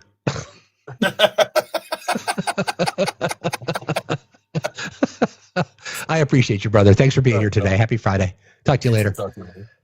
It's a really good point, right? I mean, I think that's where we all kind of land on this kinds of things. But you all can process this however you want.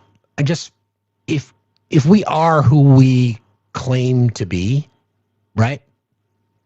That we are empathetic and we are willing to embrace change, then we've got to be willing to do it. But again, to Rusty's point, it's not about the talk. It's about the show me. You can talk the talk all day long, but you got to walk the walk. You really got to put yourself out there. You've got to work harder. And if a person is willing to do that, are we going to say no? Are we going to say, sorry, too late? Are we going to, I worry that some people might. I worry that some people might. I don't know. I mean, I hope I'm wrong about that, but I really do worry that some people might just say, too late. Okay, I get it. Hey, Drew. Hey, Steve. I just wanted to agree with an earlier caller that you are an extraordinarily beautiful man. Thanks, man. Appreciate that. Thank you. I also wanted to, I haven't been able to fact check this, and I've been looking for it, but going back to the Alex Preddy video that was discussed earlier, my understanding of the context of that video is he had just witnessed children being tear gassed. Yes, he was angry. Does that pissed off. excuse what he did? Does that excuse? You can have that whole other discussion, whatever. But you got to have that context of what he just saw and how you might act in that situation. As far as I'm concerned, that video could have showed him with a baseball bat smashing the windows of that truck, and it wouldn't change the way I feel about what happened to him. Exactly. It doesn't matter. It doesn't matter. It doesn't matter what happened an hour before, 10 minutes before, 3 days before, 3 weeks before. It doesn't change what happened.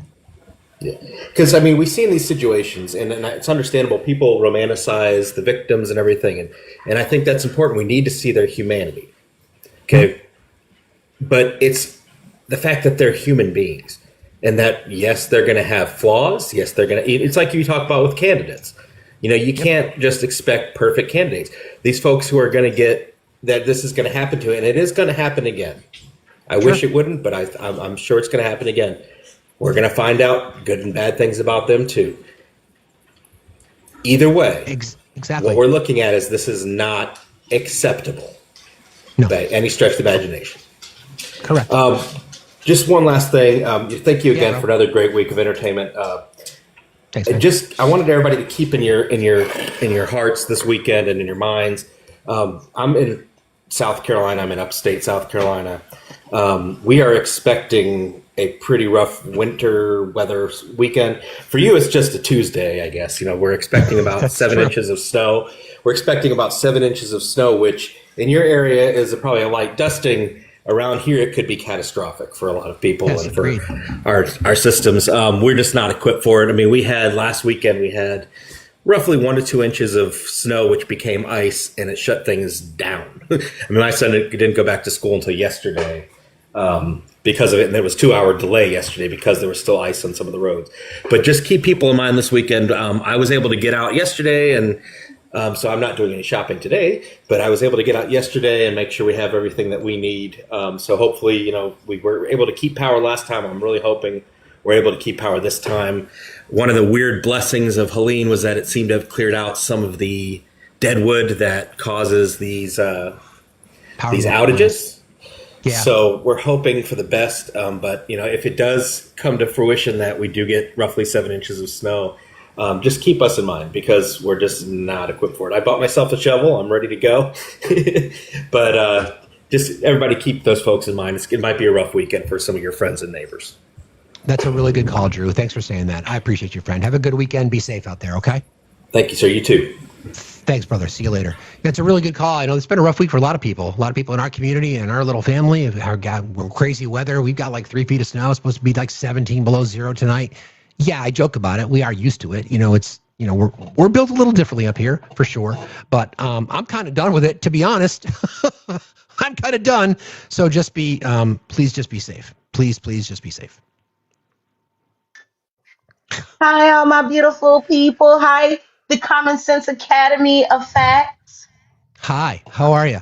Facts, I am good. I first wanted to say, I don't know if you see me in big letters when them guys say you are dangerously handsome. I put in there, yes, he is, and I'm a lesbian woman. But yes, you are fat. And I just look at your shoulders. I know you over 5'6", 6'1", 6'2". I ain't even gonna say. I know it. I looked at your shoulders. I say that's a big old fine man. I know. But let me get back to what I came up here to say. The small talk, and I don't mean to come up here and do this to your life, but I have to say it. The small talk don't matter. No offense to no one.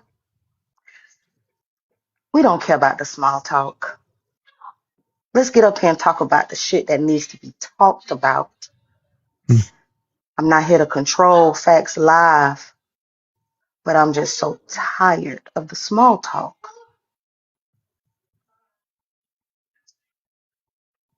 No more small talk. Let's stay on what we're talking about.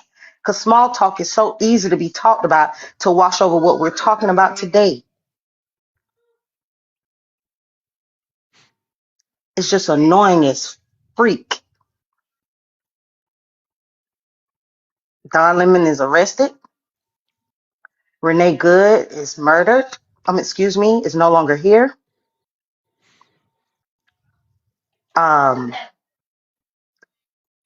It's so much going on that I feel like the small talk is facetious. Today was a day to say whatever we wanted to say, because it's, free, whatever, today, Friday. But we need to be out here executing, talking plans, because at the end of the day, some of us don't have the room for small talk. I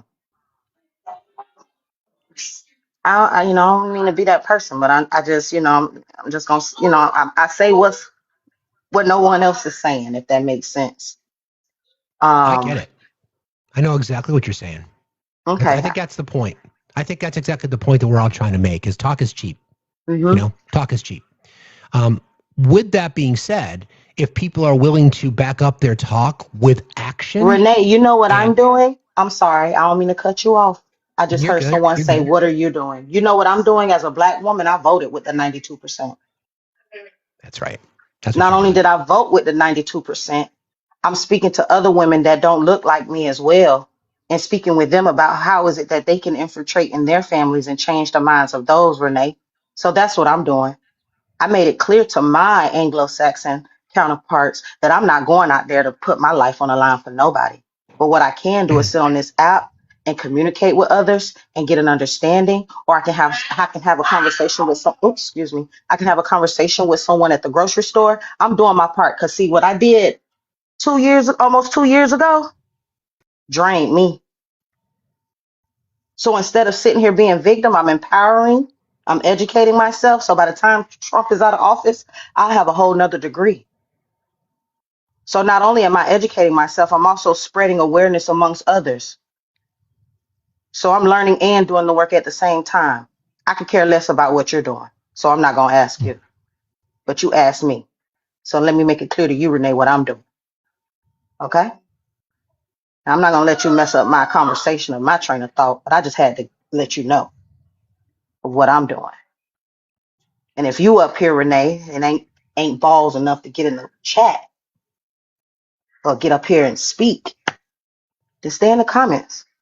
Okay, Renee, with the purple hearts? Thank you.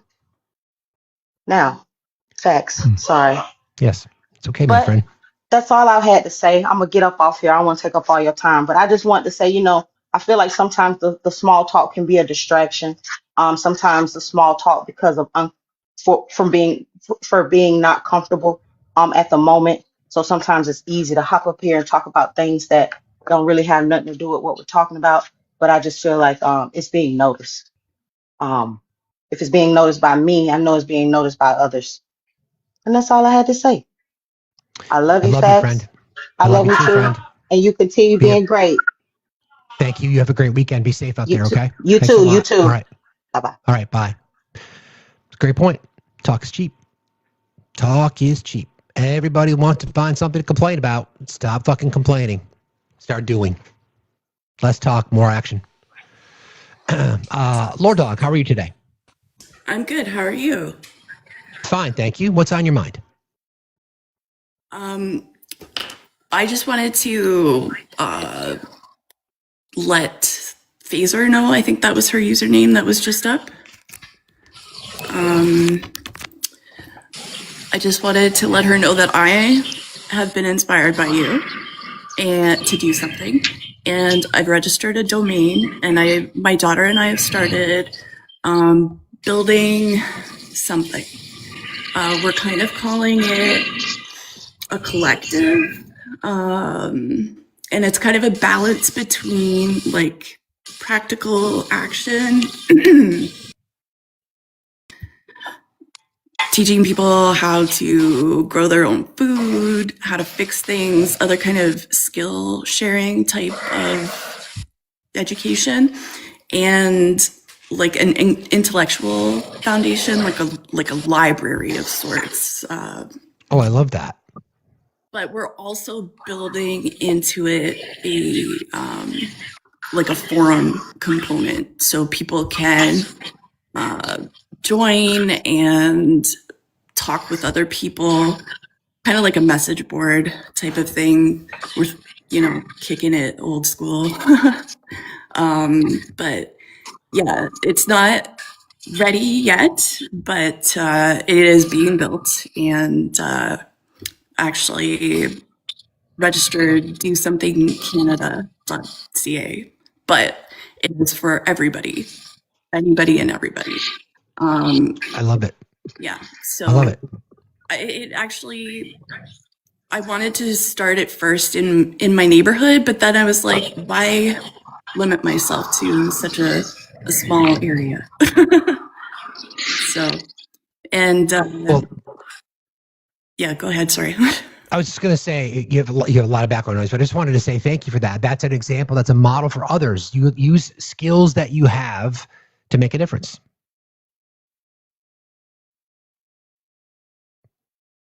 Where'd you go, Laura? Hello? I'm back. Yeah, I got you. Okay. Sorry. So no, as I was just saying, just it's a great model for others. Use the skills that you have or the passions that you have to make a difference. Thank you for that. That's incredible. I love it. No problem. I just wanted, I'll let you know when it's like actually up and running. We do have a little, we're building a little like merch sort of section, just because like my daughter is, she'll be writing the MCAT this summer. So she's got a bit of a long haul when it comes to school left. So she's just, wanting to create some merchandise so that she can help pay for school. That's awesome. That's incredible. Thank you for sharing that story with us, Laura. Please stay in touch with us so we can help promote it when the time comes. I really appreciate you being here, and thank you for your Do Something story. I appreciate Thanks, you. Have Steve. a good day. Love you. Be safe out there. You got it. Love you too. See you later. Love these stories. More people doing something.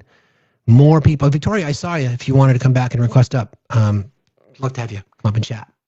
We'll go until just before noon today. Then we have to then I'll have to drop it for the weekend. But again, no Facts After Dark tonight, friends. I will be at an ISAT event later. Jackie, how are you today? I'm good, Fax. How are you? Fine, thank you. What's on your mind? Well, it's not something that I'm doing, but I do have a question for you all. What are we suggesting for the families of immigrants on how they can get their voices heard and speak out and act and do all of those things in their communities? I'm a bit apprehensive to offer advice because I think people are scared, rightly so. I don't know if people want to make themselves public necessarily. They need protection. So I think the message to somebody just said that. Yeah, Josie just said that. I think that people who are privileged, like white men, white women in America, need to show up and offer protection for some of those fine folks. Kevin says legal or illegal, and first off, Ignore Kevin. I'm not going to get into that illegal thing, but it doesn't matter. Immigrant is immigrant in this country. It doesn't matter your status because they're taking them. So I'm asking, because I have that very close to me, and I myself, I know what I'm doing, but I know that there's people who want to do more, but they are scared. And so I don't know how to suggest to them what to do because what I do may not be right for them. Yeah, again, I don't think I'm going to give advice on that, Jackie, only because I think these people are scared. They need protection is what they need. They need protection. They need support. They need legal advice. They need a community around them that's standing in the breach between them and harm. I think that's what they need. It's big picture. Pursmouth just said this. Big picture, donate to food banks, things like that. Donate to houseless shelters, domestic violence shelters, things like that. So they've got places that they can go where they're protected. Thank you. Sure thing, Jackie. Thanks for being here. I appreciate you. It's a tough call, right? Because I never would want to put anybody at risk. It's a tough call. So it looks like, real quick, the Department of Justice has announced that they will release over 3 million pages of files, including 2,000 videos and 180,000 images. I'm sure they're going to be heavily redacted. But Rosalita, how are you today? Hey, Steve. Good morning. How you doing? I'm good. How are you? What's on your mind? Pretty good. Well, I just want to give a real quick backstory. I found you shortly after the election, actually maybe a little bit before the election, and you were my very first call in to any creator, on TikTok. And we were talking back then about things to do. And I've done it all. I got involved in local politics. We had a really successful run for our Republicans last time around. I joined Indivisible. I'm volunteering at an immigration shelter, all the things, et cetera, et cetera. And so since it's Free Speech Friday, I've been working on writing an op-ed piece for my local paper about how do we heal from this. Sorry. You're good. We got you. Sorry.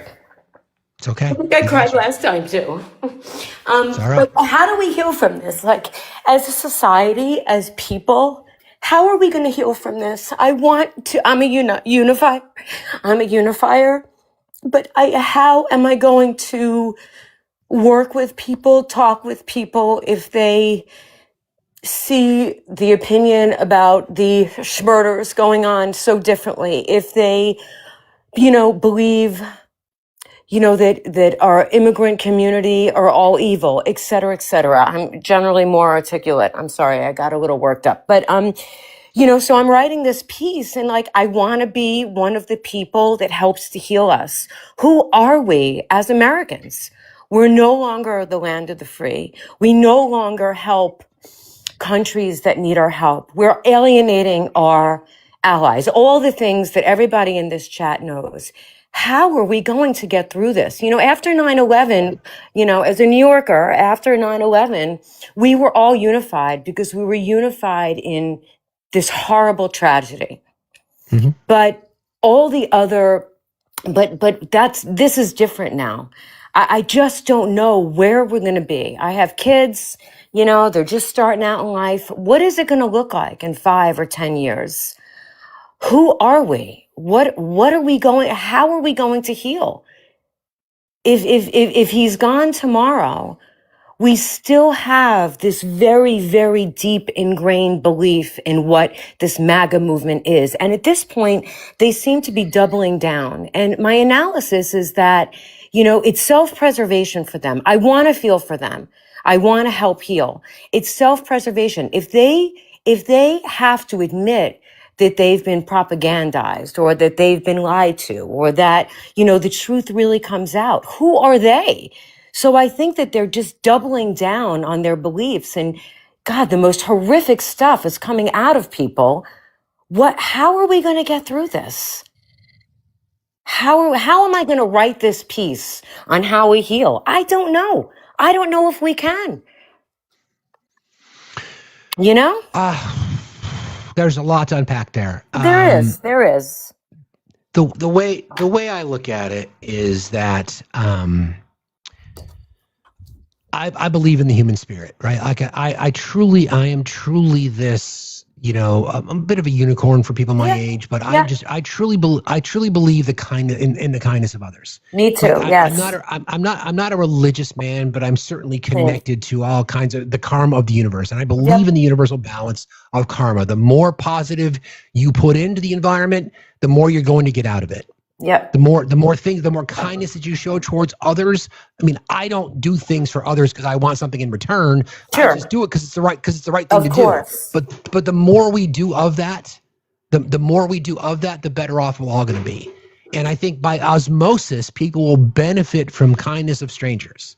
And they'll realize that they were in this. My hope is they'll realize that they were in this cocoon of hatred for a decade or more, and that there is a world outside of that. There are people that are doing kind things. Wow, I could be a recipient of that kindness. Wow, somebody else could be a recipient of that kindness. Recovering just took the words out of my mouth. You do it like nobody's watching. Mm-hmm. That's how you do it. That might sound naive, but that's my approach to it.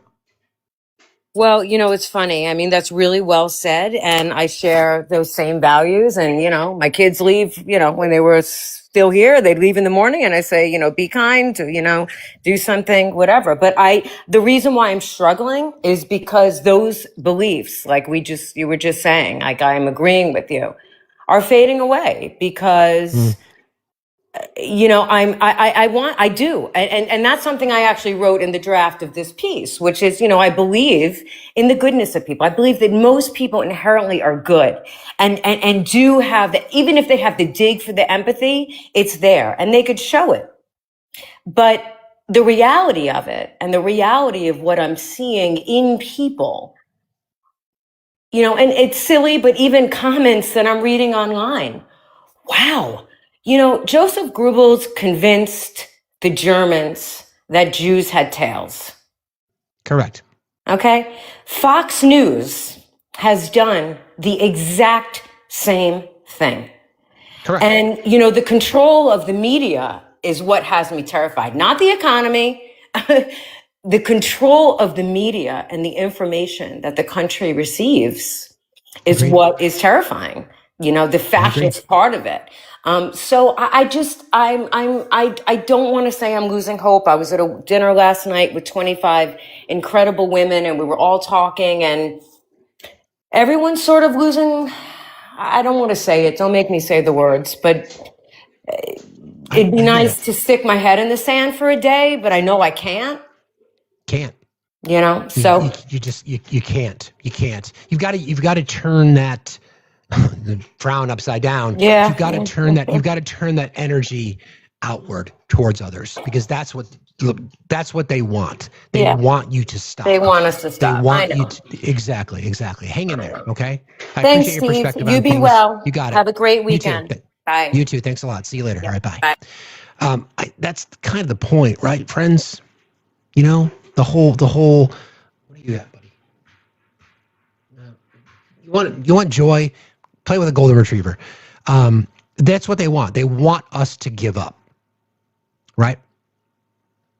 They want you to give up. They want you to give in. They want you to feel a sense of defeat because they know, and history tells us, that by and large, white America in particular is lazy, apathetic towards approaches to democracy, apathetic towards the resistance, comfortable, don't want to upset the apple cart, don't want to piss anybody off. I'm fine over here. I've got my 2 cars and I've got my house and I take vacations once in a while. I don't want to mess that up. Well, what choice do we have? It's time to mess shit up. It is time to mess shit up. Hang on one second. Hi there. How are are you? you? I'm good. I'm good. Just fighting the good fight on the ground here in Tennessee. Heard a lot of really good things this morning and a lot of people looking for guidance. So I want to try and touch on a couple of them first. I don't know if you're still in the chat. I don't remember your username. If you are looking to make content, make it unique to you. Keep it simple. Go look at my old content. That stuff is questionable at best. But it's how I got started. And it's how I started talking about politics because I recognize people didn't know enough about it. Also, guys, just pick something. Steve says it, I say it. Activism is a muscle. The way to fight back against this administration is to be involved.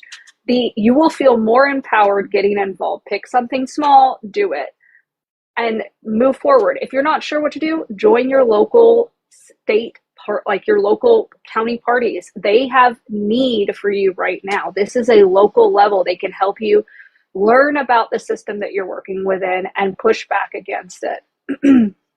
And last, I do want to add this because I know a lot of people, I've got a video coming out today. So for those of you who think there's not going to be an election in 2026, I disagree. There will be an election, but it will be rigged. I'm not here to give you more problems because we already have enough of that. As a millennial who's living in yet another unprecedented time, please understand that we just have to push through. The way to combat this is for you to vote in every single election and stop writing off candidates up and down the ballot. That is the way we do this. That is the way we push back. Republicans can only push for more authoritarianism and more power. They can only do one thing. They are one trick party at this point. So the way to push back is to not write off candidates, support them, show up, but most importantly, take 10 people to vote, because if we force them to fight on every single front, they're going to lose them. So if we lose a swing state, we flip a red state, which is not a red state. There are no such things as blue states and red states. There are non-voting states and voting states. Period. End of story. There are gerrymandered states and non-gerrymandered states. And what we're witnessing here in Tennessee with the special election and with my election is that progressivism, progress with purpose, works. That is how we bring change. And I'm here to bring the hope, because I'm about to also be fighting a legal battle here in Tennessee, because they are trying to make it so that I cannot run for office. It's not about me, but it is about me. So do something today. Drink some water, give the patriarchy and this administration the middle finger. Give us your pitch, please. Guys, I'm Victoria Broderick. I'm running for Congress in Tennessee's District 4. I am a working class mom. I have 2 tiny humans, 3 fur babies. I foster kitten. I foster the local Humane Society. I also have an exchange student who is currently with us. I am a working class mom. I ran my first race in 2024, raising over $120,000 in 5 months, working full time, and I was able to grow the district. And now I've been campaigning for almost 2 years. I'm going to flip this seat and flip the table. I'm going to DC to show them that I cannot be bought. I do not take corporate PAC money. I do not take corporate donations. I am here to bring change and work for you. So if any of that sounds good, guys, I am raising $2,000 right now. So to get my voter rolls back up to snuff. So if you have the capacity, please donate $5, $10, $15 a day, 200 unique donors in order to make that. If they all donate $20, I get to move forward. So please do the thing. Love on the host, and let's bring change, guys. Love your nails. Thank you, friend. I appreciate you. Love you, friend. See you later. Take care. Be good. Be safe out there. Bye, guys. Bye. Yeah, more progressives. I think her message is great. Let's overwhelm the polls. So as hard as they try to cheat, they can't deny everyone. Good morning. I saw your note. What's up? Hi. Hi. And I'm sorry. I know there's some unpopular opinions about what OB said. I can't strike today. I just started a new job. I have to go to work. I have to. I get it. Yeah. I understand. However, this is my part of being an activist. Just like Don Lemon was arrested. And I'll remind everybody, I have 3 pending felony charges on me out of Ohio. Okay. And I'm going to tell you the biggest thing. I'm on an ARD. It's supposed to be expiring on Monday.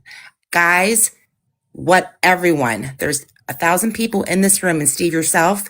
Do you know how we get through this? Listen to abuse survivors. I'm telling you, I was just at a prank call last night from one of the gang stalking. I've spoke with my chief today. I have been through what we all are going through right now. And I appreciate that, being an empath. I encourage you to please binge watch Dr. Romney. The biggest thing, take advice from this community of abuse survivors, because we have been through it and we've been telling everybody what's going on. Okay. And I just spent probably an hour and a half last night after this incident with my local DV organization. I've spoken to the CEO. She may be running against Summer Lee in the election. So, I've been on here many times, and I'm telling everyone to please discern and use your empathy wisely. MAGA does not deserve it. The guy who abused me attended January 6th. Be very careful when you are not good. The biggest thing that I've learned, one of the biggest things I've learned through recovery of domestic violence, you're not going to change anybody. None of us are. Because if you are, you're no better than the abuser trying to control people. And I've learned through this app, there's a Native American content creator who goes by Shelby Silent Walker. Not to bring props to anybody else. He says, Wendy. Mel Robbins talks about it. Let them. The biggest thing that we have is our voice. because I have been speaking up on Facebook about what happened to me. And that is our damn right to speak up. And apparently I triggered some folks because I got harassed last night. And apparently what we're doing is triggering ICE because they've doubled down. Don't stop talking, protect your energy, protect your peace. And earlier, I know there were some people, in the box from North Akron, Ohio. You be very, very careful when dealing with Ohio. There's Jim Jordan, Max Miller, Bernie Moreno, all of them. They're no good. It's a red state. You have to protect yourself.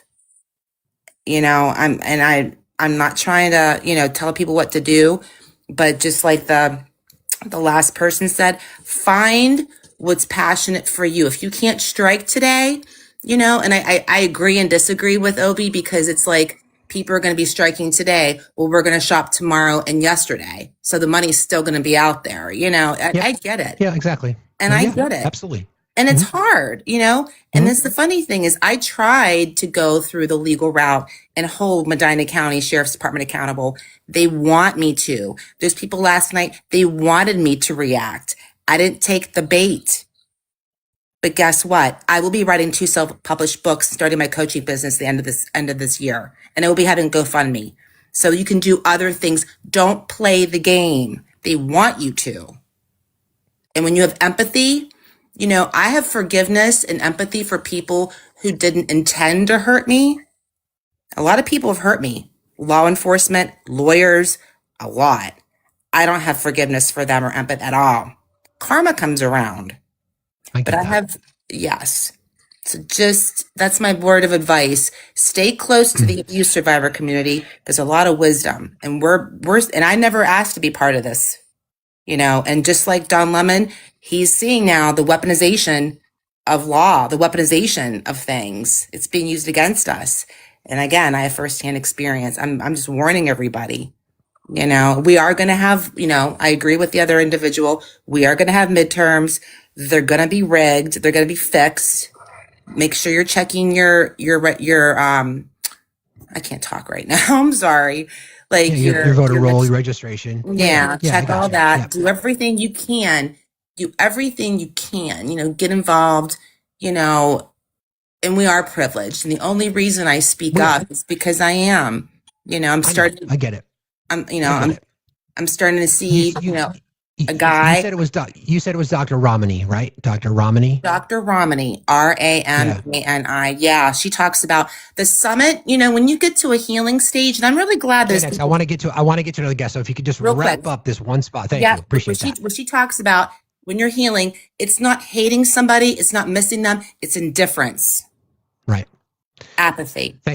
Thank you, friend. Keep your head down. Thank and you. Keep your chin up. Thank I appreciate you. Love you all. Have a good. Love you too. See you later. Be safe out there. All right, let me just check one thing real quick. Hang on. All right. I've got time for one more guest. I'll bring up Michelle and then we'll wrap for the day and for the week. Sorry we didn't get to everybody today. Lots of stuff I wanted to cover, but we didn't need it because this has been a great conversation today. Hi, Michelle. How are you? Hi, I'm good. How are you? I'm all right. What's going on? Good. Not much. Just wanted to say that, I'm not able to get out and protest tomorrow in my local area, but I did pick up a few cases of water, some snacks, and I ordered some whistles. And I'm putting together bags right now. My son and I are going to drive over tomorrow and start handing them out. And I know it's not much, but it's something, and it's something that I can do, and, with no nursing on the weekends. So yeah, you can do something. There's always something you guys can do. You can do something. There's always something you can do. I love that. Props to Michelle. Michelle's one of the integral parts of the forming alliance that we are, the Do Something Tour Committee. And I want to thank you for your kindness, your work, and your checking my brain because it does tend to fire off at all hours of the night. Thank you for what you do. Fine. I appreciate you, friend, very much. And thank you for what you do. Take your flowers too, Steve. I got it. I love you very much. I'll talk to you later. Love you too. Okay. All right. Bye. No facts after dark tonight. So I want to wrap there because I think it's a great spot to stop.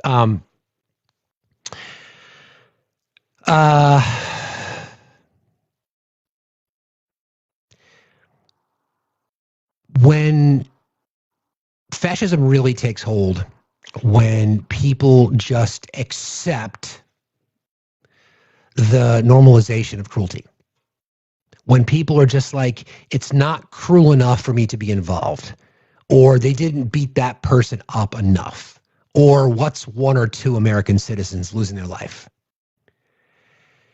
We're past that point. We can no longer speak of it in terms of fascism is on the rise. It is here. It is in our streets. You have a masked federal law enforcement organization that is detaining, arresting, and murdering American citizens in cold blood, in broad daylight. It cannot be normalized. We need to be angry about it. We need to call it out. You need to record everything. You need to be the press. I am anointing every single one of you today an independent journalist. It is your job. It is your duty. It is your mission to document everything. Now, today is one of those days, right? Today is one of those days where, people are going to make the decisions. And I know absolutely. I know what Obi was trying to say. I don't agree with everything he said. I don't have to. That's the whole point. I get it. Because if there's no commitment, if they're not willing to play the long game, if by and large, if we aren't willing to play the long game, then we're going to lose. Okay? Conservatives, Christian nationalists, white supremacists have been playing the long game for a very, very long time. They jumped on board. They jumped on board years ago. And they've been at it for a long time. It is our turn. And you have to be committed. You've got to be willing to be uncomfortable, right? You've got to be willing to get in the dirt and roll around in the blood and whatever it might be. And again, do not appoint yourself or claim to be an ally. You've got to earn it. Do the fucking work. I love you all. What an amazing week. This was incredible. We'll be back at it. I've got a few. We might run this topic back on Monday because there's a lot of things I want to talk about. You guys are incredible. Please be safe, whatever it is that you're doing. If you feel like you're under threat, if you feel like you're in danger, we have a big community here. Please reach out. We'll help as best we can. At least give you a safe space to land or talk or to listen. I love you all so much. This is really important to all of us, and I hope it's important to you too. Thank you guys for being here. Let's go raid Attorney Di, because she's probably going through the e-files that have been released. So everybody go raid Attorney Di, D-I. Thank you guys. I love you all very, very much. Have a safe weekend. We'll be back here Monday morning, 8 o'clock Eastern time. You are the smartest, most amazing chat on TikTok, and I have the absolute best mods in the business, even though they constantly try to embarrass me. They're very good at it. I love you, friends. Please